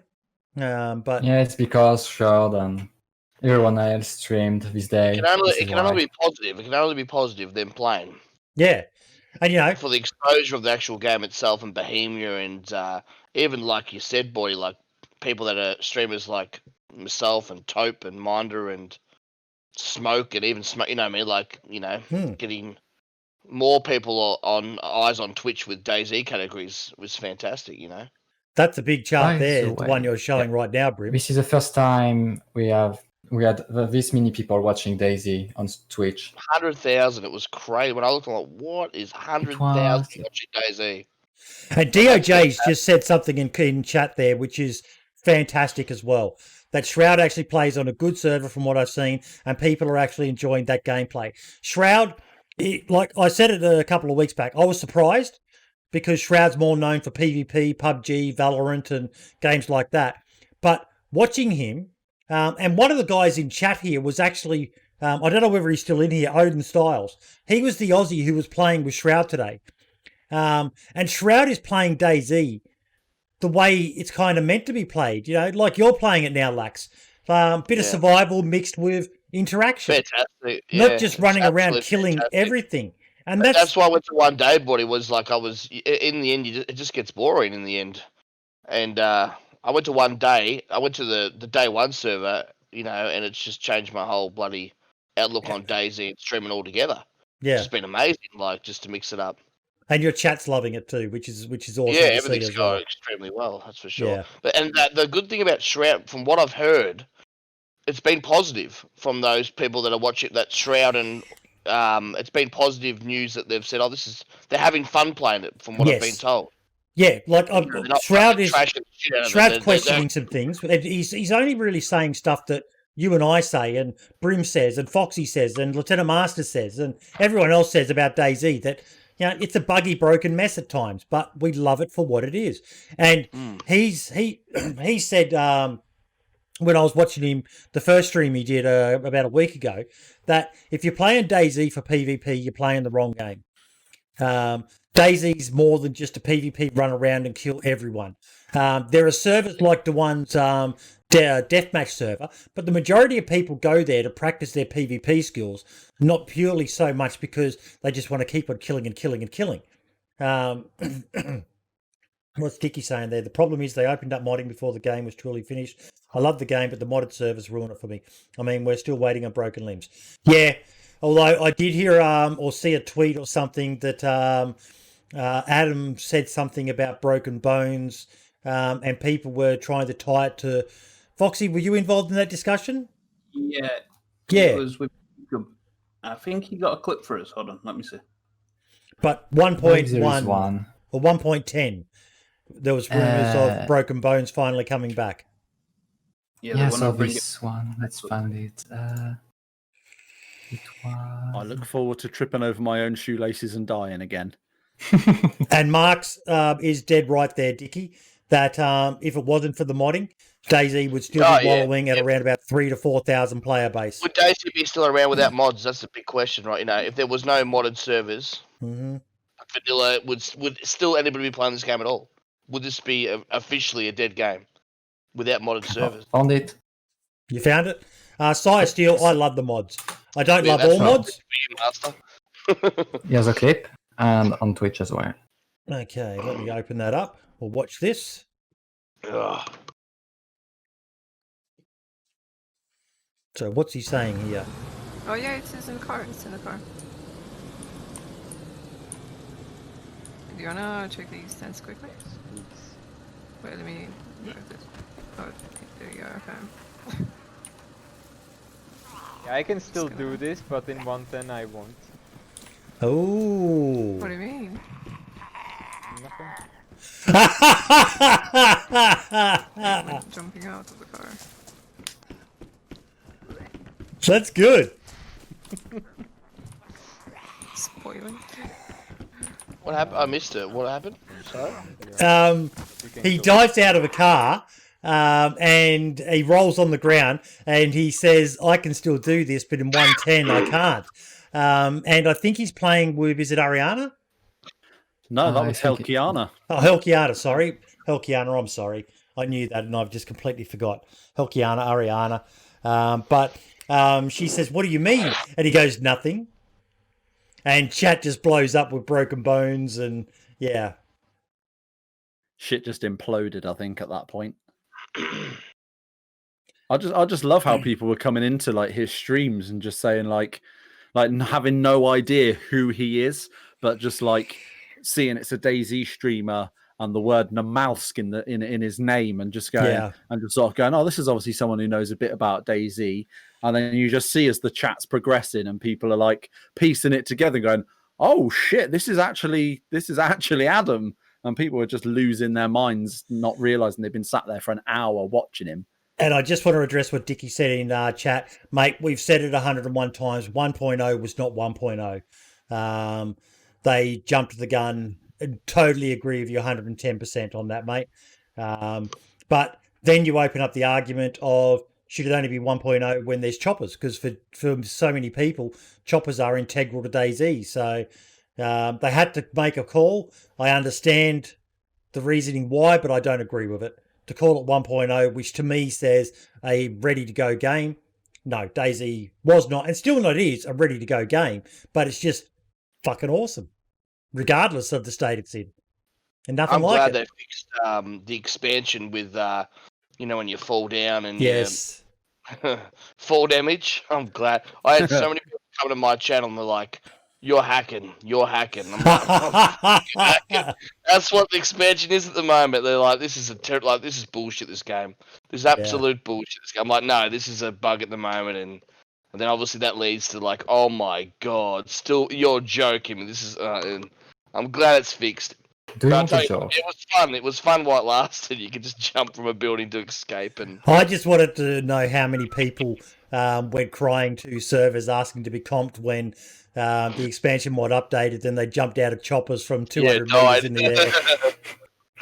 Worst thing is, some guys asked us if we could make a server setting saying, hey, disable for damage. So, someone to see for damage being disabled once again.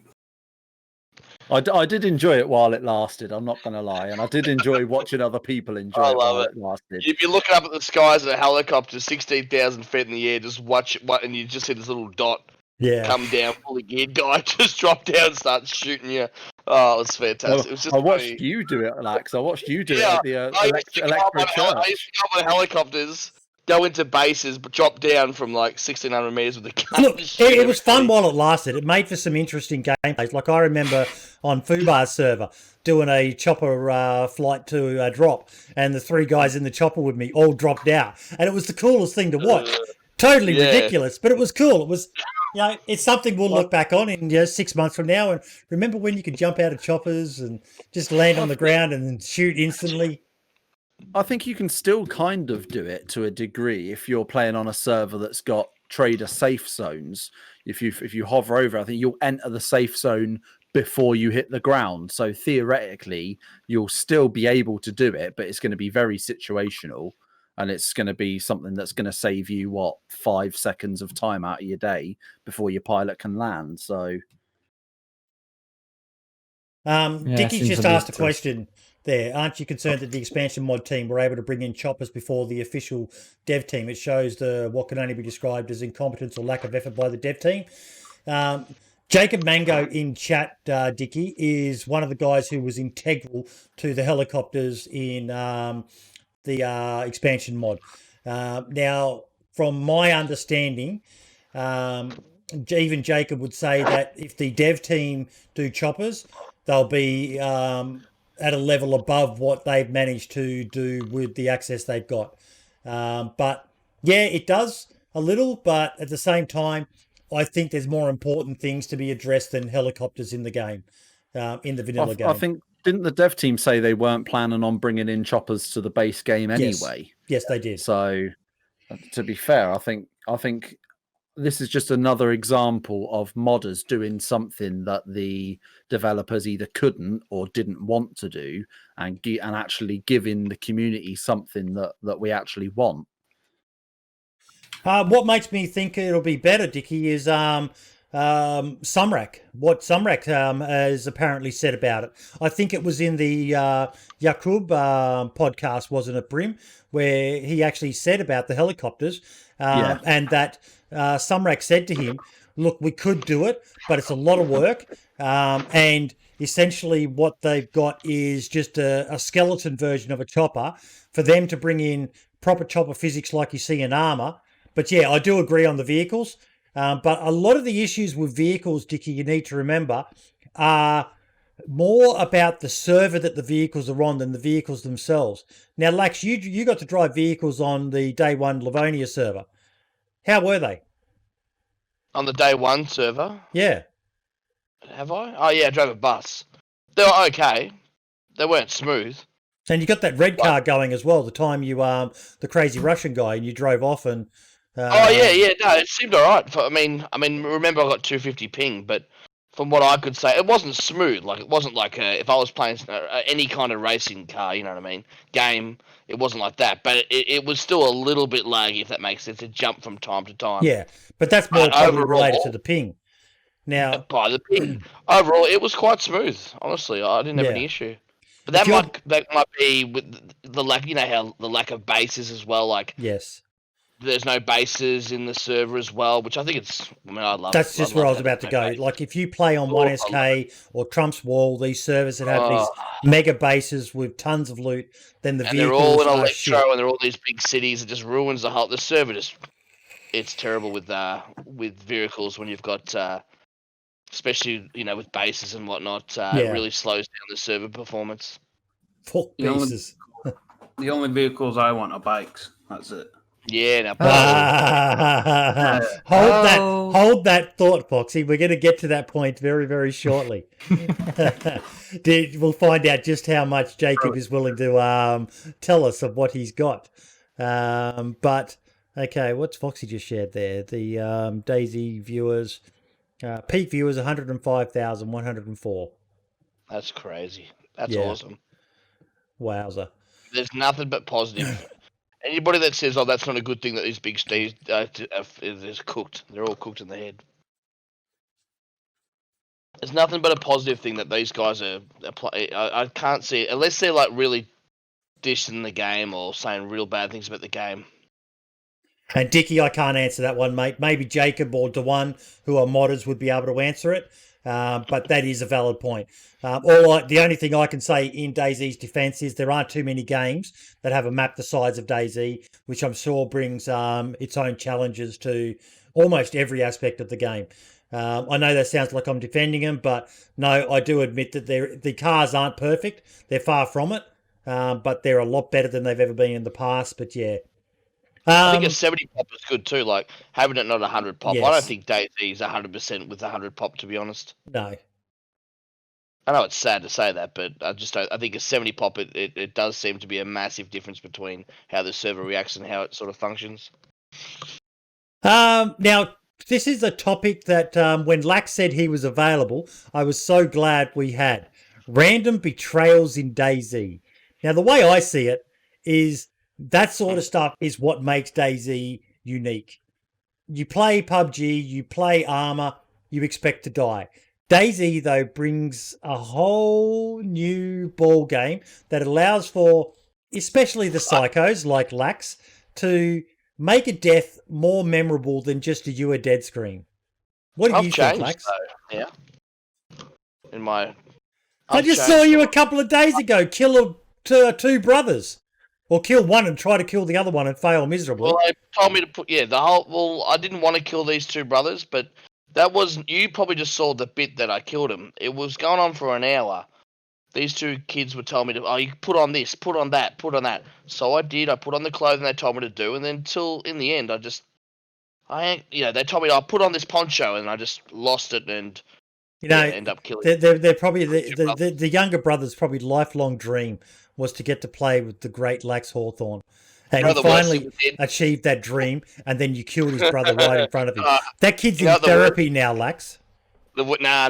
Me and Mr. OG, we did the worst thing. I'm still ashamed of it, mate. We took we found a bus. We got a bus going.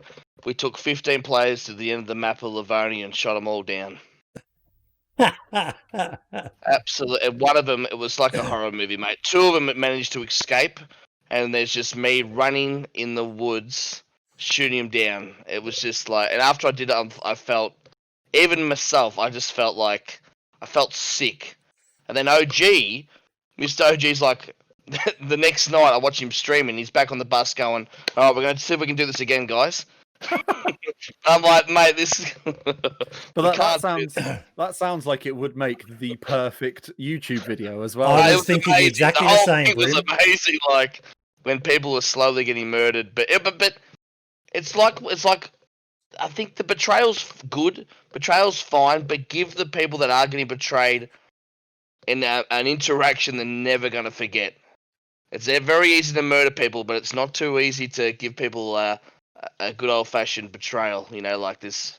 It's an art, I reckon. It can be an art sometimes, on how you want to do it. But yeah, anybody can KOS. Anybody can KOS. Anybody can, but it's the memorable moments. And as much as I don't want to tell people how to play the game, but it's in your own best interest to try to give the people you're interacting with the best possible experience for them to come back and play not just your DayZ, but to play on your server. If people just keep on being KOS, they're going to say, fuck this shit, I'm going to go play on another server. Whereas if you give them something, at the time, they might not be the happiest. No one likes dying, ultimately. Well, not most people don't like dying. But if you give them something to remember. Now, there's a guy on YouTube who I mention from time to time. I'm just going to switch the channel. I've stopped the podcast screen now. But if you have not heard of this guy, I urge everyone to go watch his videos. He hasn't done videos in a while, but Danny Boy.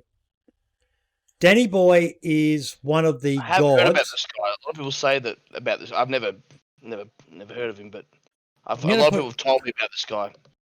He was one of, if not the best DayZ psychopath I have ever seen.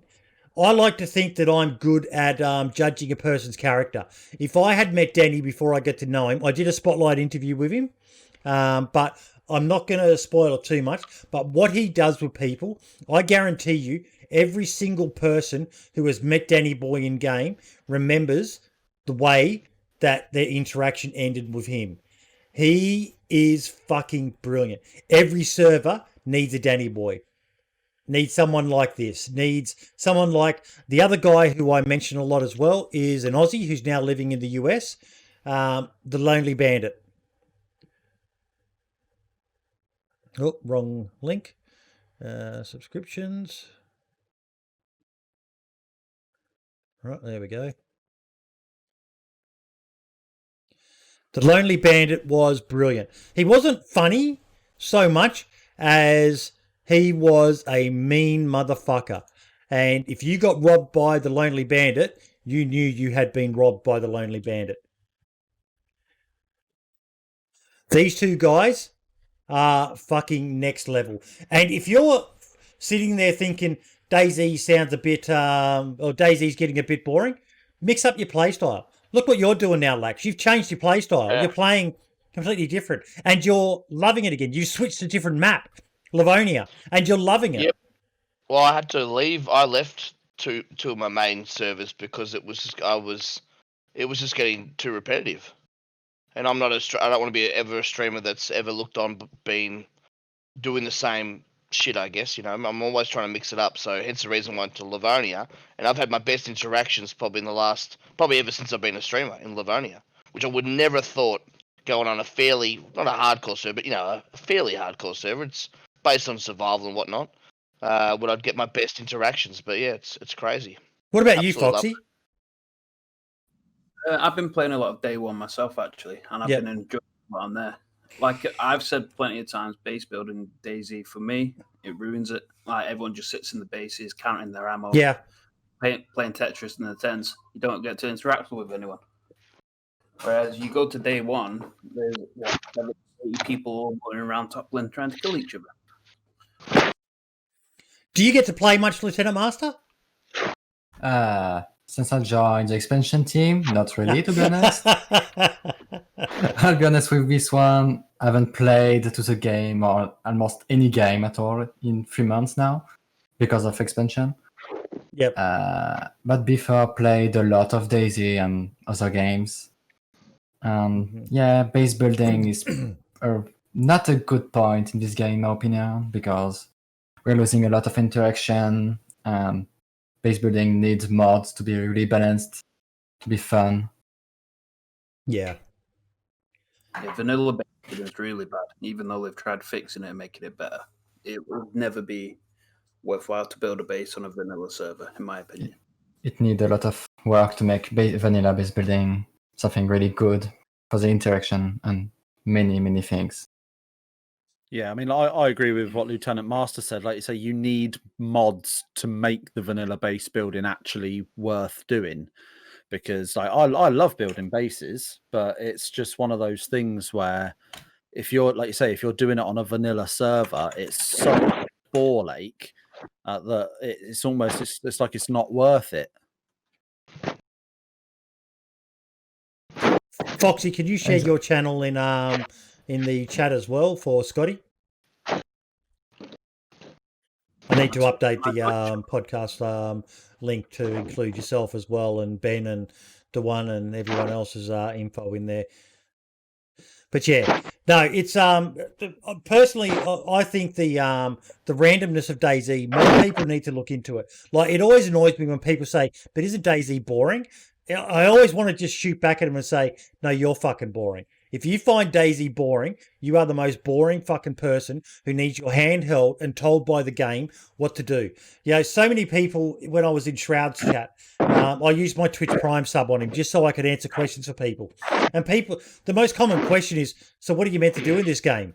And I loved responding to it, "Whatever you want. Whatever you want."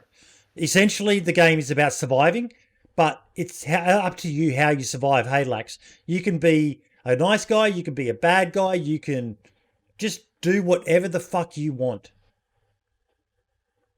DayZ is not about surviving, it's about interacting with other players. Yes. Yes.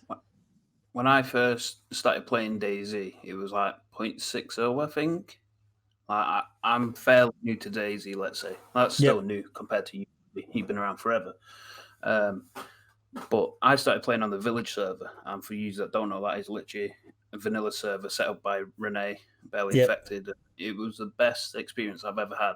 I started streaming on there. I played that and only that server for 2 years straight.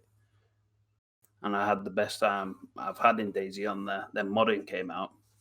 Then obviously you want to play, well, some people want to play different servers with different mods. And I got to that point I wanted fresh, new guns.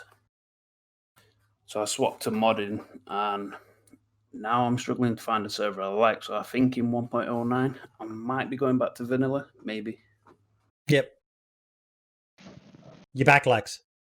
Yeah. Microphone ran out of battery. I have a habit of that when I'm streaming too, to be honest.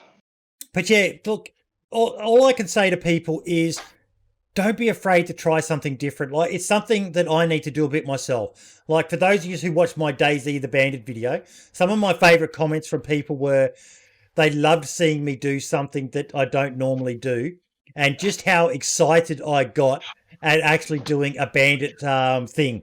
Normally I play Mr. Nice Guy. I'm everyone's whipping boy, and it was so nice to actually be the bad guy for once. And, you know, kill those guys, steal their chopper, full of loot. Yes, I crashed the chopper in the end, but just mix it up. Find different ways to play, do different things, and just have fun playing the game in a variety of different ways. You'll find yourself getting bored if you just do the same thing over and over again. Uncle Ray Foxy's is asking Foxy if he murdered you. He's not murdered me for a while. I feel slightly blessed. I'll be honest. Didn't you say, Foxy, that you earlier you run into him and either wait for him to kill you or wait for him to die? I know it's him straight away. I've run into it so many times, and you can never not know it's Ray. I'm normal straight away. You're not fucking normal, so let's go. But yeah, he definitely brings a different experience when you play him with him. It's so funny. When's he going to get a partnership offer? You've got to be getting close, Uncle Ray. Getting that beautiful, sexy purple tick next to your name. Got to be getting up there now. Is usually sitting on a good, between 60 and 70 plus viewers per stream. So yeah, definitely got to be getting very close. I would love to see you do a spotlight interview with Uncle Ray. That's my one and only bucket list hope and dream. But at the same time, I realise that I live in the same country as Ray, and even I struggle sometimes to understand him on the odd occasion. It's very rare, but it happens. I can only imagine how horrendous it will be for you. I think we'll have to do a dual one where I can interpret for you. I had all these people that used to come to my stream and used to say, Ray's a lawyer, don't you? Like letting off steam. Like it used to happen all the time. I think they used to say that Ray is actually in real life. Now, I'm not 100% sure he is, but they used to always say to me that Ray's actually he's a lawyer, and he's like pissed off, and he goes on stream and just lets it all go. I'm having no luck getting Gamer Dad tied down for a spotlight interview, so I might have to send you a message on Twitter, Uncle Ray. That's actually a very good idea, Brim. We'll make your wish come true, mate. I will honestly be the happiest man you've seen in a very long time. Okay, don't do it now. If you'll be happy, just don't do it. Don't ruin my dreams. I've got so little. Official does get some people playing on PC. There's especially as one of the things is that a lot of people when they joined, like one of the issues XUC had when he first started playing was he couldn't work out the launcher, couldn't get the server to start that he wanted. So you do find a lot of people still playing populated vanilla servers. So the short answer is yes. Next topic on the agenda. We talked about it a bit earlier. Namol Survivor streaming. It stuns me that he only has 50 to 100 people watching him when he streams. When he streams, everyone should fucking be in there.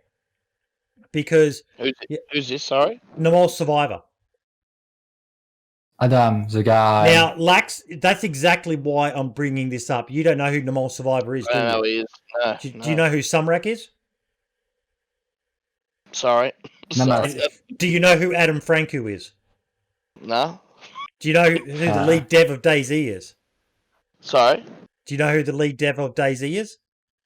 I just know that it was wasn't Dean Hall at one stage? I don't know any of this. It's Sumrak. Way too many. And that's it. A lot of people don't know. And those who do know who Adam Franco is. I don't know. Yeah, I really, yeah. Yeah. Nah. It stuns me that so many people follow DayZ. Like even when 1.09 dropped, there was the usual big names in there playing it. And Namol Survivor was streaming it as well. And everyone was in there watching streamers talk about it when they could have actually been in talking and watching the lead dev of the game playing. So if you can, folks, jump in and watch this guy. I'll see if I can find. So what's the bit? Can I have information about him? Like I don't know who. He's the lead dev. He's the head of DayZ, and so he's actually streaming. Okay. He's actually streaming on Twitch. If someone could get his channel link and post it in chat, you think it'd be hundreds and hundreds and hundreds of people if he got all the knowledge and answers. And the thing is, would ever want. Foxy, I know you've been in there. Brim, have you been in there as well? Yeah, I popped into his chat, I think last week, and that was what surprised me. There was so few people in there, I'm thinking people are really missing out on a hell of an opportunity to actually, quite literally, get whatever information you desire straight from the horse's mouth, so to speak. But what another thing as well, the guy's on 909 followers, streaming to 50 plus people, give or take, at a time, but isn't a Twitch affiliate. And I wonder if there's something at Bohemia that means he can't do both. I actually asked him about this. He didn't want to apply for it because he streams irregularly and he felt guilty. This is the sort of guy Adam is. He's one of the nicest people I've ever interviewed. And he just doesn't want to take money from people when he's not streaming regularly. I mean, that's the kind of guy you want at the helm of something like this, isn't it? Let's be honest. That's the guy. That's the type of person you want to see, having a position of power within DayZ. To know that there's someone decent like that at the top kind of gives you a little extra hope for the future. The good thing is you can sit in there and ask him questions and transcribe information out and what's going to come, like Jacob did on the broken. Well, no, he caught that on a clip, sorry, but you can. I was asking him questions. I said, there's a church in Pushtovka and you could never get into it. I was like, how come it's not accessible? He goes, go try the back door. I went into a fly mode, flew over there, and it's now open. You can get in the back of it. I was like, I never knew that. Like, he'll answer anything if he can. And it's really good to get the inside knowledge. And every time he streams, I'm in there. There's just so many. There's so many amazing streamers in general, though, in DayZ. There's just so many now that it's just, which is fantastic, Yeah. There's so many ones that go under the radar that are absolutely amazing content creators. But like anything, Twitch is a business, and it's difficult to get seen, DOJ just raised a good point there. The thing is, one day DayZ on Twitter tweeted that Sumrak was streaming, and that day there was a bunch of crybabies that went talking shit to him. I actually kind of agree about that because Foxy's been in there, Lieutenant Master's been in there. It is great going in there with the handful of DayZ fanboys and girls. And as you said, you can ask him questions. And the other thing is you can give him feedback. And you can literally hear him scribbling down notes of it either be stuff that he's noticed or that you've noticed, and you go in there and you tell him, and he's taking notes and going, yeah, that's not working how it's intended to be. And he's just such a fucking top bloke. I cannot rate the guy highly enough. Yeah. If you've never watched him and you love DayZ, or even if you're just interested in DayZ, like, I don't know whether you're still here, Dickie, but if you went in there and asked him the questions you were asking us, he would answer. He doesn't duck from stuff. He would answer those questions to the best of his ability. So, yeah, go in there and interact with him and give him some support and ask him when Namolski's dropping. See how quickly the light leaves his eyes as he just got, for fuck's sake, again. Asmondian came up with a podcast suggestion. This idea of making a more persistent alive world with 1.09, avoiding spawn cycling, and forcing players to move from one town to another by highly increasing the lifetimes of most items. Some examples: weapons, 2 hours at the moment. 1.09 weapons for 24 hours. Canned food, 1.08 is 1 hour. In 1.09, make it 24 hours, and so on and so on. Just changing the spawn rates of items. Now, I know we've got a few server owners in here, Dump, and I'm not sure if Ben's around, and Helkiana was in before, and so on. I'm interested in you guys' thoughts on that. Like someone mentioned it earlier. One of the things we miss is, I think it was you, Foxy, about the different locations having a reason to go there. Scalisti Island, you could end up with a sniper. You went to Bloater if you needed a pistol or a shotgun, and different areas of the map. And this sort of ties into that a bit, giving people a reason to keep on moving around the map, as opposed to, as you said, sitting in their base and just fucking counting their beans and bullets. So, just so I can get my completely cooked head around the topic, are we talking about the idea of having it, for example, where you go around and you find a random bit of floor loot, could be a backpack in a house, and normally that'll be there for 2 hours and then despawn, but now we're looking at making it like 24 hours, for example. Yeah. I don't know if that would work in the sense of making people go around to other areas again, though, because if everything is persistent in the town you spawn in, then it seems like it might even negate the idea and have people think, well, what's the point in leaving Electro if I've just spawned here and I know for a fact that there's a bag in a hat, there's going to be a bag in the house unless someone's taken it recently, because it's going to be there for 24 hours. I don't have to worry about, I know that loot's going to despawn soon, so I need to rush back. It's it's going to be there. It's not going anywhere. As easy as you're saying, though, it's all the loot, not just dropped loot. Yeah, of course, yeah. But again, you kind of think then, I mean, granted, it might mean that, more stuff's going to spawn at airfields and stuff and give people a bit of an incentive to go. But if you know that, you've just spawned in fresh on a server and you know that everything's lasting for 24, 48 hours, it doesn't always give you that incentive to quickly move on to to the next town to look for something, because there's going to, in theory, be a higher chance of it already being in that town, unless it's been looted just before you got there. Well, the thing is, on most servers, there's a limit. So, I don't know, maybe only 20 cans of beans can spawn at once. And if nobody's picking them up and not finding them, then that town that you're in, if there's no beans or tin food there, you're going to have to move out of that town to find food. And no guns there. You're going to have to go. And I think that's what they're trying to do. Dump is saying lifetime extending on servers can be good. However, if you don't have the population to make looting frequent enough, what will end up happening is people will end up getting frustrated. They can't find anything and most times starve to death. Since the economy is based on how often people loot versus the nominal. And finally, you have to take into where and how people will find and survive long enough to find those more nice items like guns or other stuff. Yeah, there is a baby crying somewhere to Bennett. We're all family men and all the rest of it here. It's all good. It's all good, mate.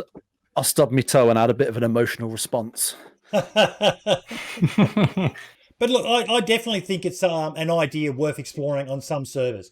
It probably wouldn't work on some servers, but for your more hardcore sort of servers, definitely there's something in that, and something that I'll definitely look at as well. But as I found out, the central loot economy is a lot more complex than just saying spawn and don't spawn. It's a fucking nightmare. Oh, absolute nightmare.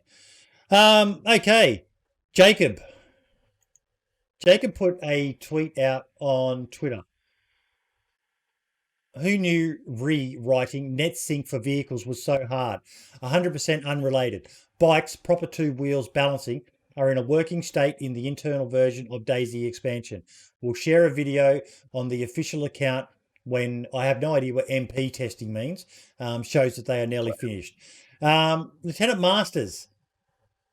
MP mean multiplayer, so he just said, hey, testing, turns out backs up, some are working because we worked on this. So now we should be able to share something in the future once we fixed more things with the rewrite we're working on about this.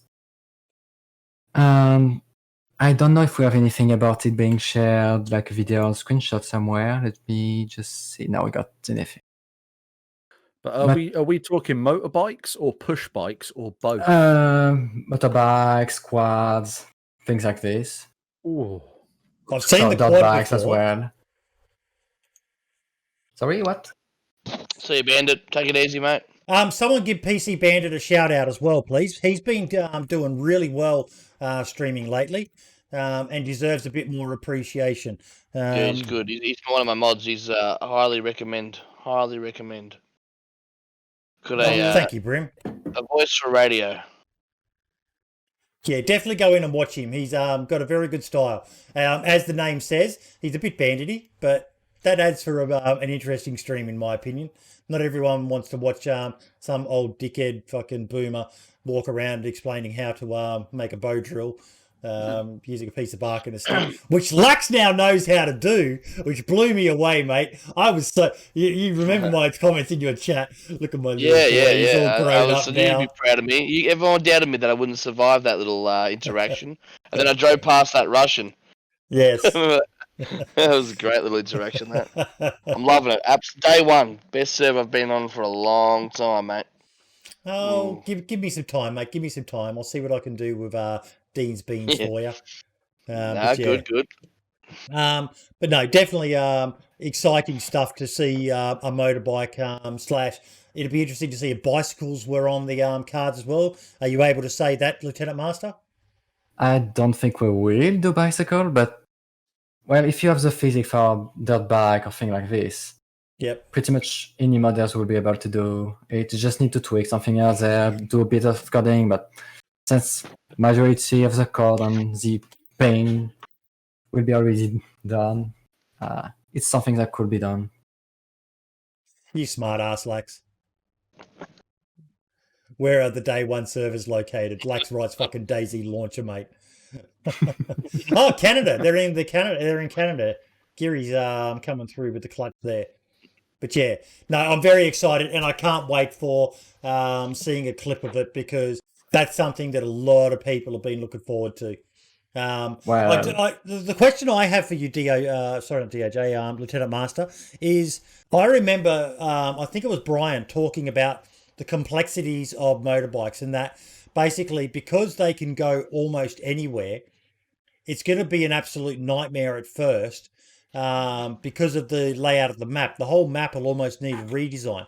How are the motorbikes going through things like forests and rocky areas and stuff like that? This is not the issue we have right now.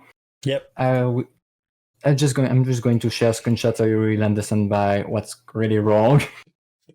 Like, you can use a motorbike inside forest, hills, and anything like this. Issue is, sometimes it's going to do weird things like this.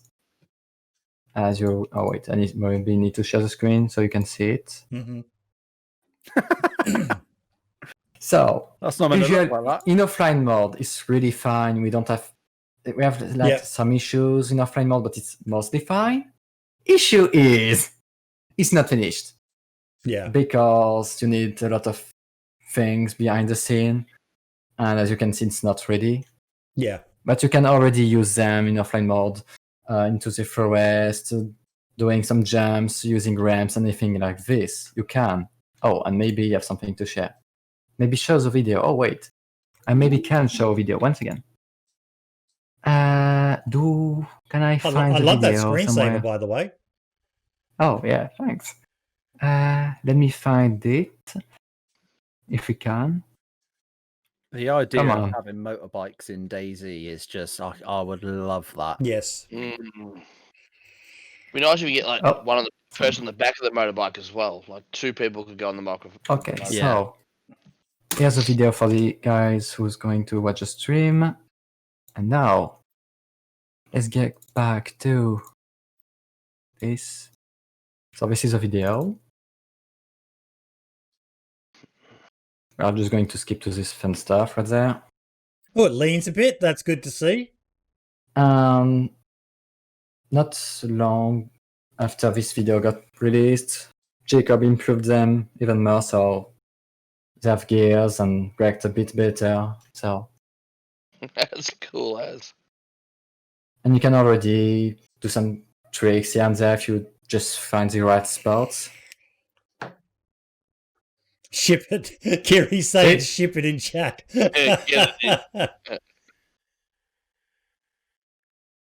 I can imagine now people building like ramps and stuff like that on Northeast Airfield.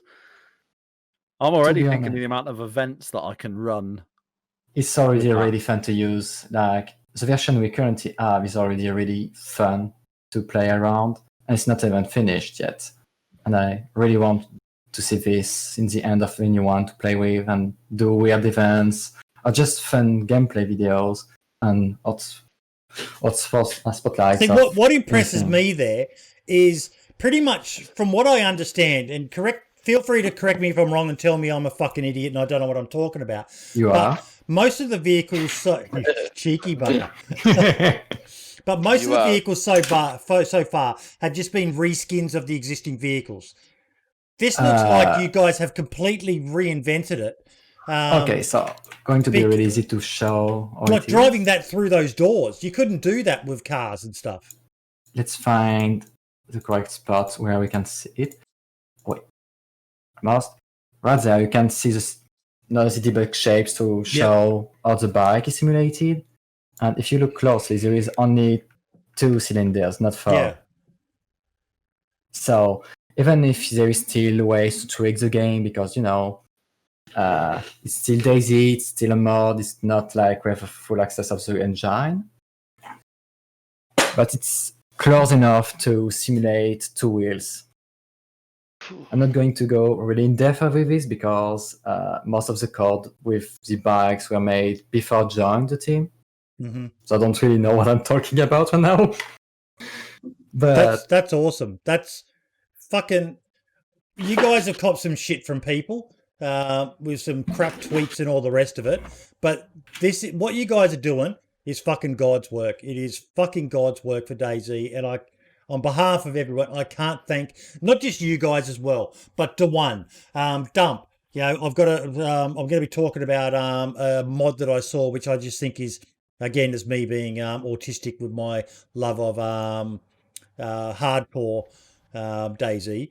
But the modders, I know some people have said that mods will be the death of DayZ. Only if you.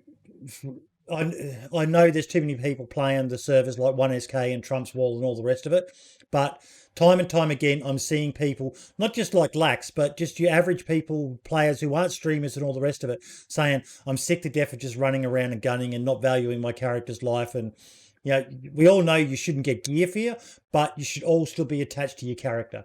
And with mods like this coming out, it's just giving people more end game goals to strive towards. Wouldn't you agree, Foxy? Sorry, say that again. I literally. It's giving people more end game goals to strive for. Things to.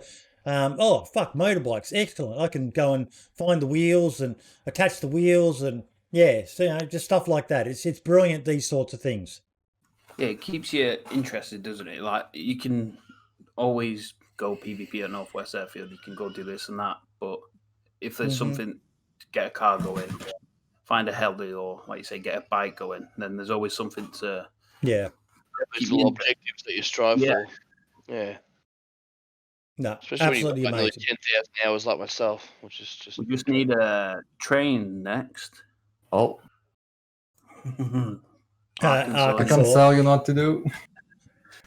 We're now on to DayZ Twitter Watch, and it's been very good to see the devs tweeting out that they're actually jumping onto the experimental servers and wanting people to come on and interact with them.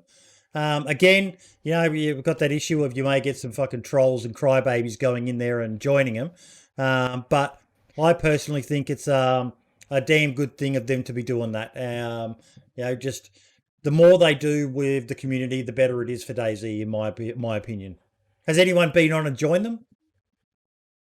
No. I don't think they posted the server they were on. I mean, granted, there's only like a couple of servers for experimental at the moment, but I think if they had said, "Oh, we're going on this specific server and we're going to be at this location," I can only imagine it would be a fucking ball ache for them. Actually, if anyone's still in contact with Arkansas, please tell him he did the worst prick tease of all fucking time. That trailer he released for the hype train was fucking next level. The music was brilliant. Just the way it was recorded was awesome. And what's it been now? Nearly 2 years? As I say, it was a really well edited video, wasn't it? Oh yeah. Oh yeah. And the other one is not actually the dev team, but Brian Hicks. And this ties into what we were talking about earlier. At this point, I'm all for petitioning BI to give these guys Confluence access so they can take on systems the team might not have the resources to tackle themselves. Absolutely love their creativity and passion. Modders give life to games. And that's in relation to the expansion team releasing a mod where you can now tow vehicles in DayZ.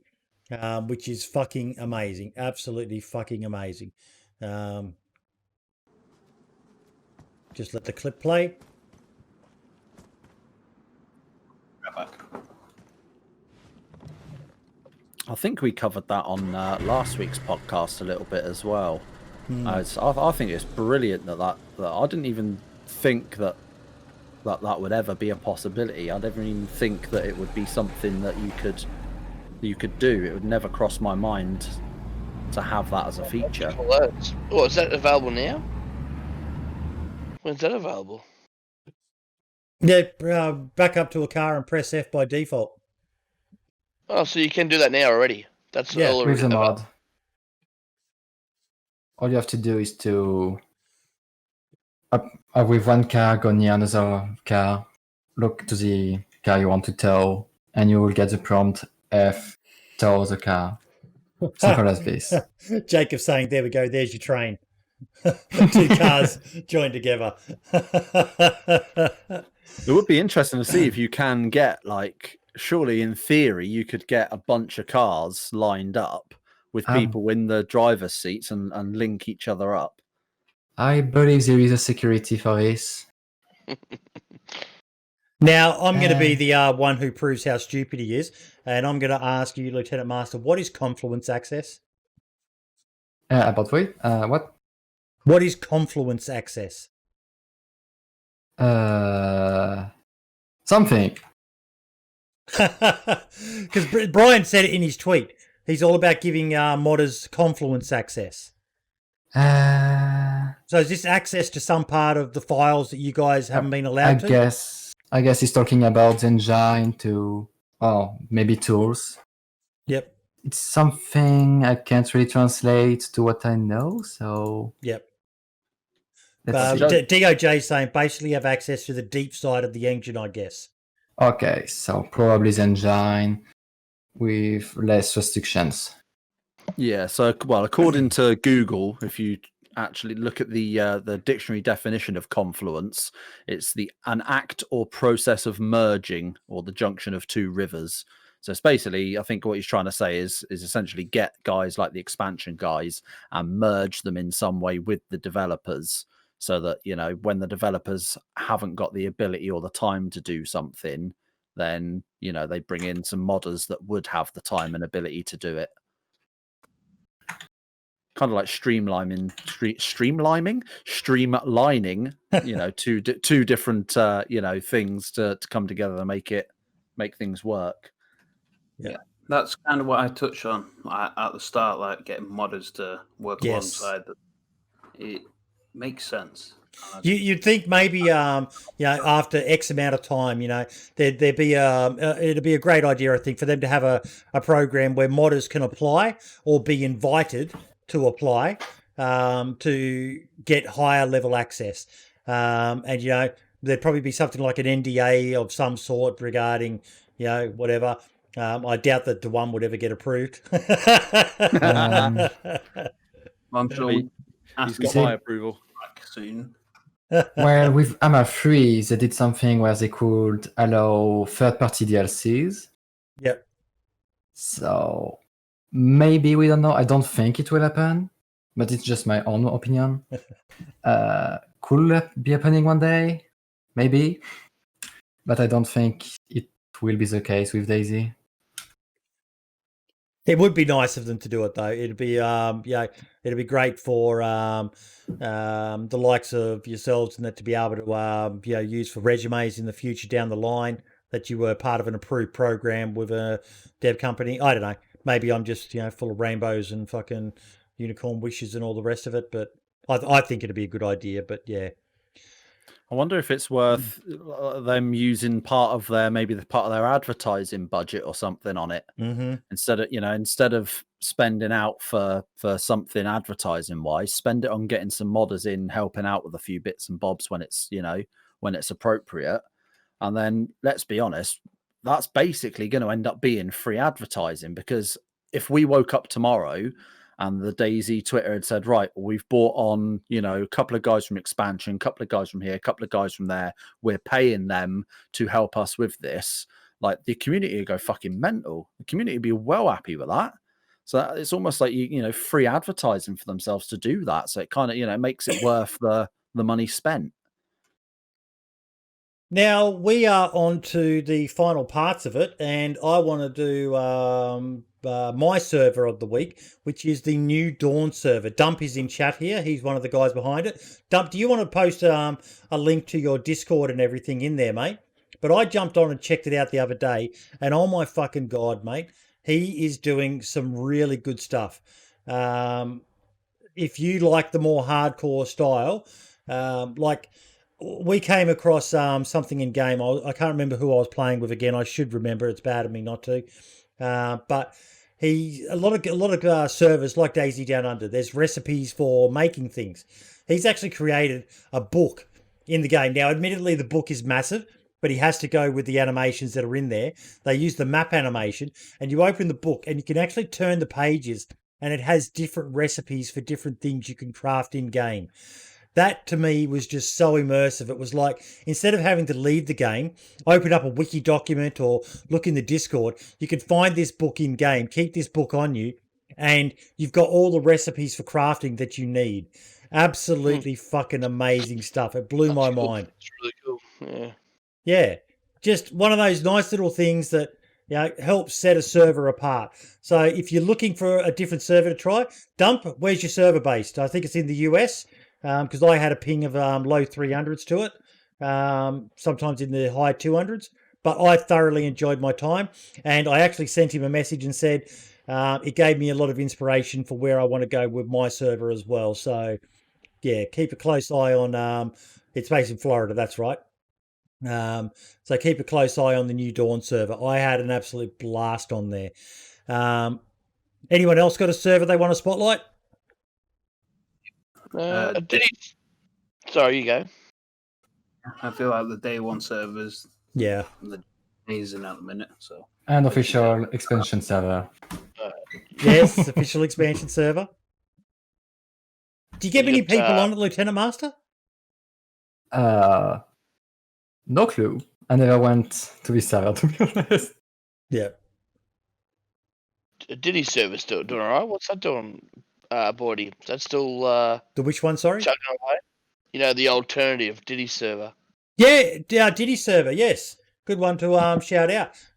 Diddy has created the alternative server, and he's got a feature Death of interest Mountain. called Death Mountain, yes. Yes, where That's it's pretty cool, basically actually, too. a death sentence to try to climb it. But he's different as well. It's great to see so many people out there trying different takes on DayZ and coming up with whether it be custom locations or custom in-game things, and just really pushing the envelope and not just starting out with yet another server which is 1 gazillion rubles fucking every hour of being on the server and spawn wherever you want. And it's ruined servers, eh? yeah. When you, I don't mind traders to extent. Like, if you have to actually find to actually make money, you have to find items and then you sort of trade them in to make sort of money. But when it gives people a reason to travel, which I'm a big fan of. Exactly. But unlimited sort of cash flow just ruins servers, in my opinion. Yeah. But that's just myself. And, But obviously the day one servers have just been. I can't promote them enough, mate. They don't need promoting, but. And there's such a good guy behind it. Someone who stayed true to DayZ all this time. He's been nothing but. I mean, he's been nothing but kind to me, Smoke. The last month, man, he's been just absolutely amazing towards myself personally. Yeah, absolutely amazing. So I've got nothing but love for that dude. That's for sure. He's the only person I can watch play Escape from Tarkov. The game bores me, to be honest. It's just a loot and shoot. Which I know DayZ is to some extent, but it's without the interaction of DayZ because no VoIP and stuff like that. He's the only person I can sit there and watch play Escape from Tarkov and enjoy watching it because he's just a pleasure to listen to. Just seems like most people are in that bloody inventory. Yeah. Every time I turn on the stream, they're in the inventory. I'm like, oh god. Yeah. I can't watch this much for too long. I'm going to lose my mind. Smoke's good. Smoke's very good to watch. I've been watching him quite a lot lately, that's for sure. Now, the mod of the week is also from the New Dawn server. And I'll share it for you guys as well. I'll just move that over there and come here. Now, if I do share screen, Share application. Oh, there we go.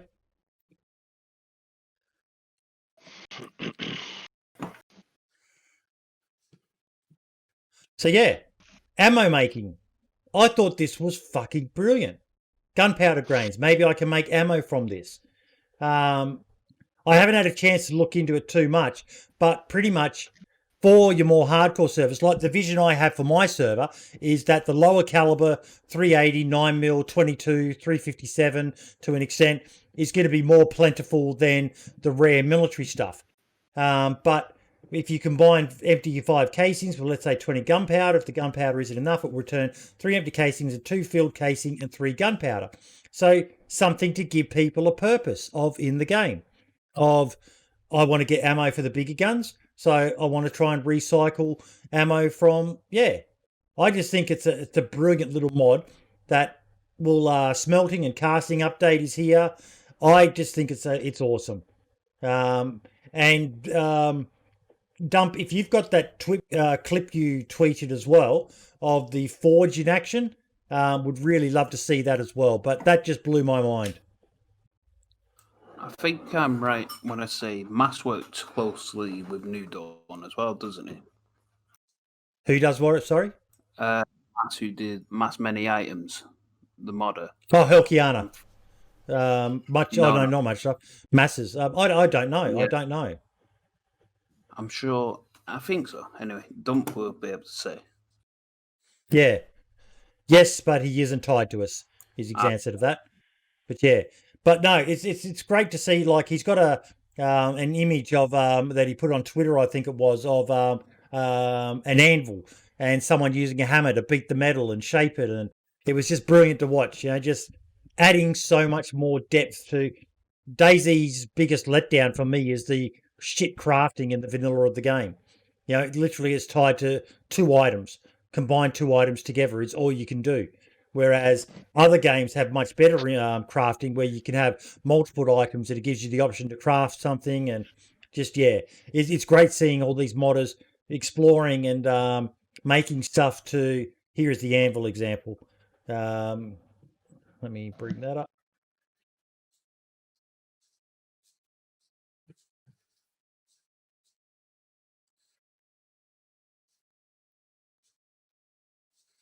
Can you guys see that? Yeah. We do. Yeah. You know, shapes it into something different. I just think it's brilliant.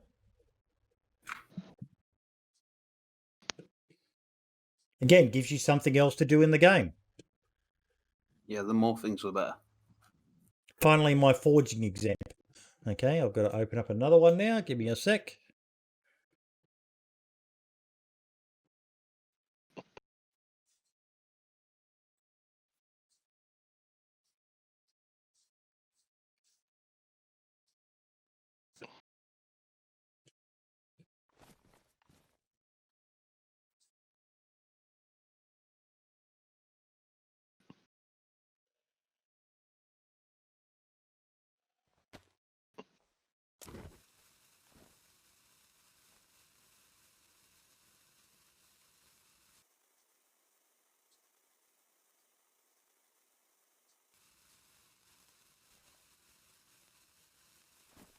Love it.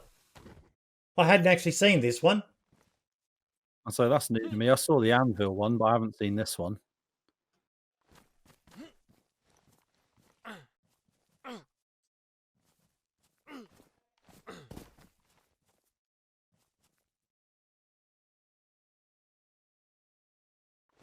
Love it. Absolutely brilliant. Absolutely amazing stuff. Close that down. Like you said, anything new, anything that you can that gives you a different purpose rather than the normal loot and try to stay alive side of things, I think is absolutely brilliant. That lad in chat's just saying, yeah, it's really fucking cool. Dump asked me to do the cold textures for him. Great mod. Great work on the cold textures, that lad. I like the fact that it's being made to look custom and yeah, very, very good, mate. Very, very good. The stuff out there is just blowing my mind from you modders. You're fucking doing God's work for the game. Anything new is welcome. Yes. Okay, now it is time for individual spotlights of the week. Lieutenant Master, you're our guest of the week. What is your DayZ related highlight or anything DayZ related of the last week?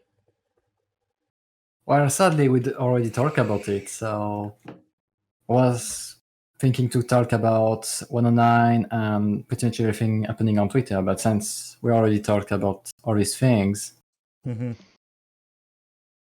you think about it, 109 is slowly making this game more and more enjoyable to play as a PvE player. Meanwhile, we also have, as we saw, models sharing more and more things everywhere between, well, just the 3 tweets you just saw should be the highlight of pretty much the entire show, to be honest, in my opinion. Just because it's adding a lot of depth in a side we don't really have much. And this is what DayZ need, to have more choice everywhere.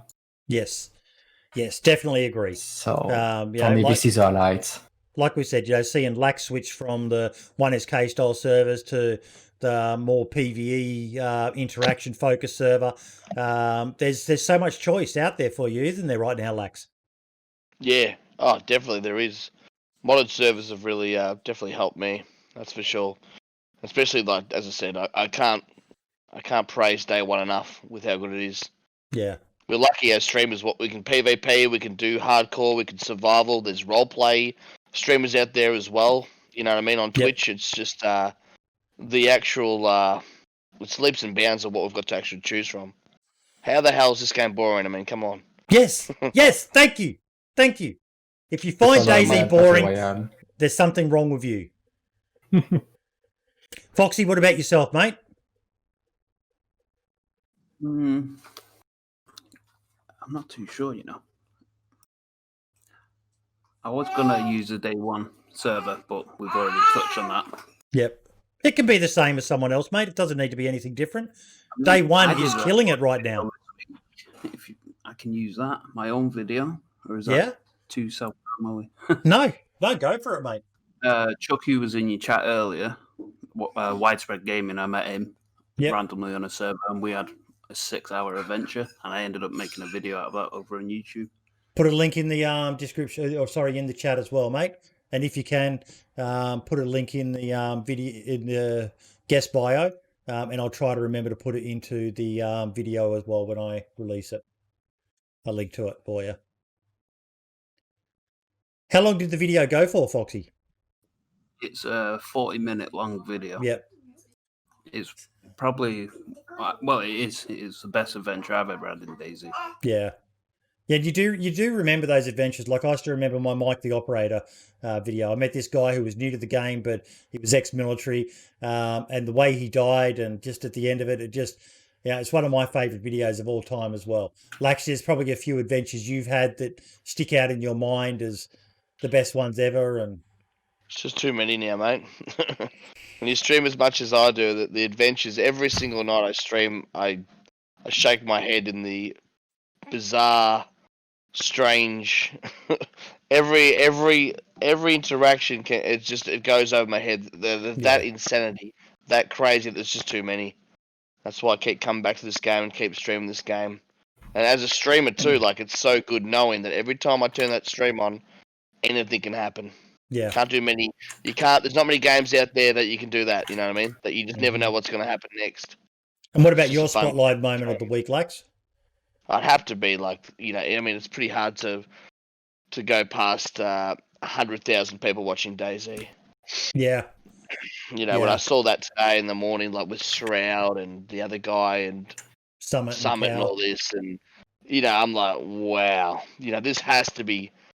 I mean, and the reality is, it's probably just a moment in time thing. Like, it's probably in a week's time they'd be gone to something else, and it was just, you know what I mean. But you know, while it lasts, it's still pretty good. It's pretty cool. You know, it's pretty cool that 100,000 eyes were on DayZ today. And what about you, Brim? But I do think it's going to be short term. Yeah, I think it's crazy that we had 100,000 people playing. That is mad. But I think if for my shout outs, part of it's a little bit self-serving, bear with me while I figure out how to actually use a computer. You'd have thought I'd have learned by now. But yeah, I've just put a link to a Discord in the chat there. So that's for the Futile Gaming, which is the community that I am one of the admins for. So we recently, thanks to awesome person in chat, Daone, who managed to actually get hold of the server owner, my friend John, and we've now got the VPP admin tools back on our 2 servers, which has meant I've basically spent the last week custom mapping both our servers, which I wouldn't have been able to do if it wasn't for Daone. Obviously, he was in the podcast last week doing what he always does, just hanging out in chat and just making things a little bit more fun. And then for him to go ahead and help us get the VPP admin tools back on the on our server, I've got to give a massive shout out to Daone for that, because it's meant that I've been able to do a lot more in the last week than I have in the last sort of 6 months, and added so much more stuff in that it's actually given me, outside of the normal playing of DayZ, it's given me something to look forward to and to actually do. So, big shout out to him. And now we've got those servers up and running. We're going to be running regular events, and we're going to be doing a lot of changes in the near future. And we've got, I've completely redone Mishkino tents. So it's now like a castle fortress.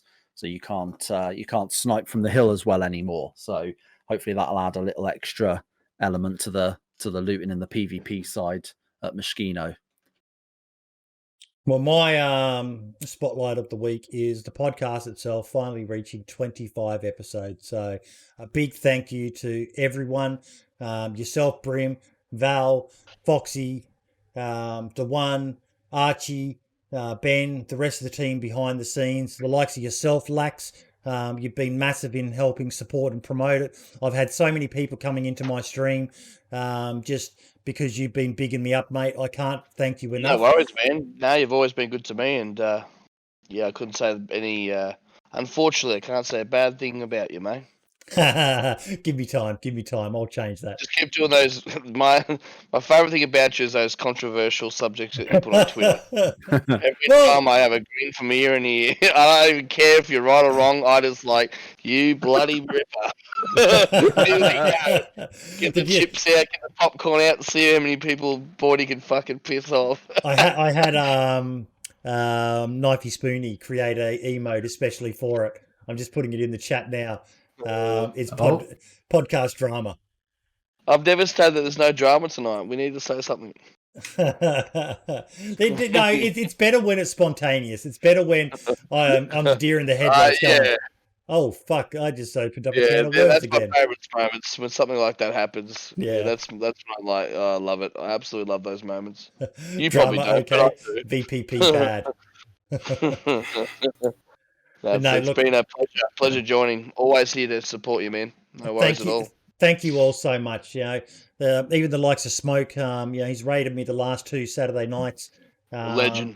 I don't know whether he's doing it just because he couldn't see anyone else, or whether he's supporting the podcast. Well, he's raided me like the last couple of weeks too, man. Like, I'm blessed, you know. I mean, like I don't know. The Aussies. Maybe he loves the Aussies. I don't know. Maybe that's where we're all going wrong. We need to put on a funny accent and yeah. Nah, he's a legend. He's so humble, so bloody humble. I'm just enjoying the trash talk in chat. VPP and COT bad. Use Zomberry instead. And that's one of the things I've loved as well. It seems that probably one of the biggest group who support this podcast is the modding community. There are so many different modders who come in here each week, and it's great to have you here because it is something that a lot of people have got a lot of questions about. So it's fantastic to have the people who understand the more technical stuff in the background there, able to steer me in so hopefully the right direction. Sometimes it's pretty hard to move a unit my size in the right direction, but yeah. Oh my God! Did Ceramore make partner? That's awesome. Yeah, I missed that one. Yeah, Ceramore made partner last week. Well, there we go. There's a highlight of the week as well. Ceramore making partner. Yeah, I went to it. I congratulated him. That's fucking awesome. That is fucking awesome. He deserves it because he's an OG of DayZ. Ladies and hopefully, gentlemen, boys and girls, thank you all so much for tonight. It's been a fantastic show. Lax, Foxy, Lieutenant Master, thank you so much for coming on as our guests and no guest problem, host mate, tonight. no worries. The offer is always open. Brim, as always, my man, thank you so much for being my rock beside my side. The tall, dark, handsome one of the troop, as they say. Yeah. I will be here for the next 2 weeks of podcasts as well. Even though I'm on holiday, I will still be here. I will still be on the podcast. I'm gonna mug my best friend whose house I'm staying at for the next 2 weeks. I'm gonna mug him for his laptop every Saturday. So I will still be here. Although it might not be, you might not see my beautiful face quite as much. I don't know what state of webcam he's got on his laptop that he's recently bought. So that's going to be an interesting one. Guys and girls, thank you so much. Say goodbye, everyone. Take it easy, buddy. See you, mate. Cheers, guys. Have a good one, guys. Yeah. Bye.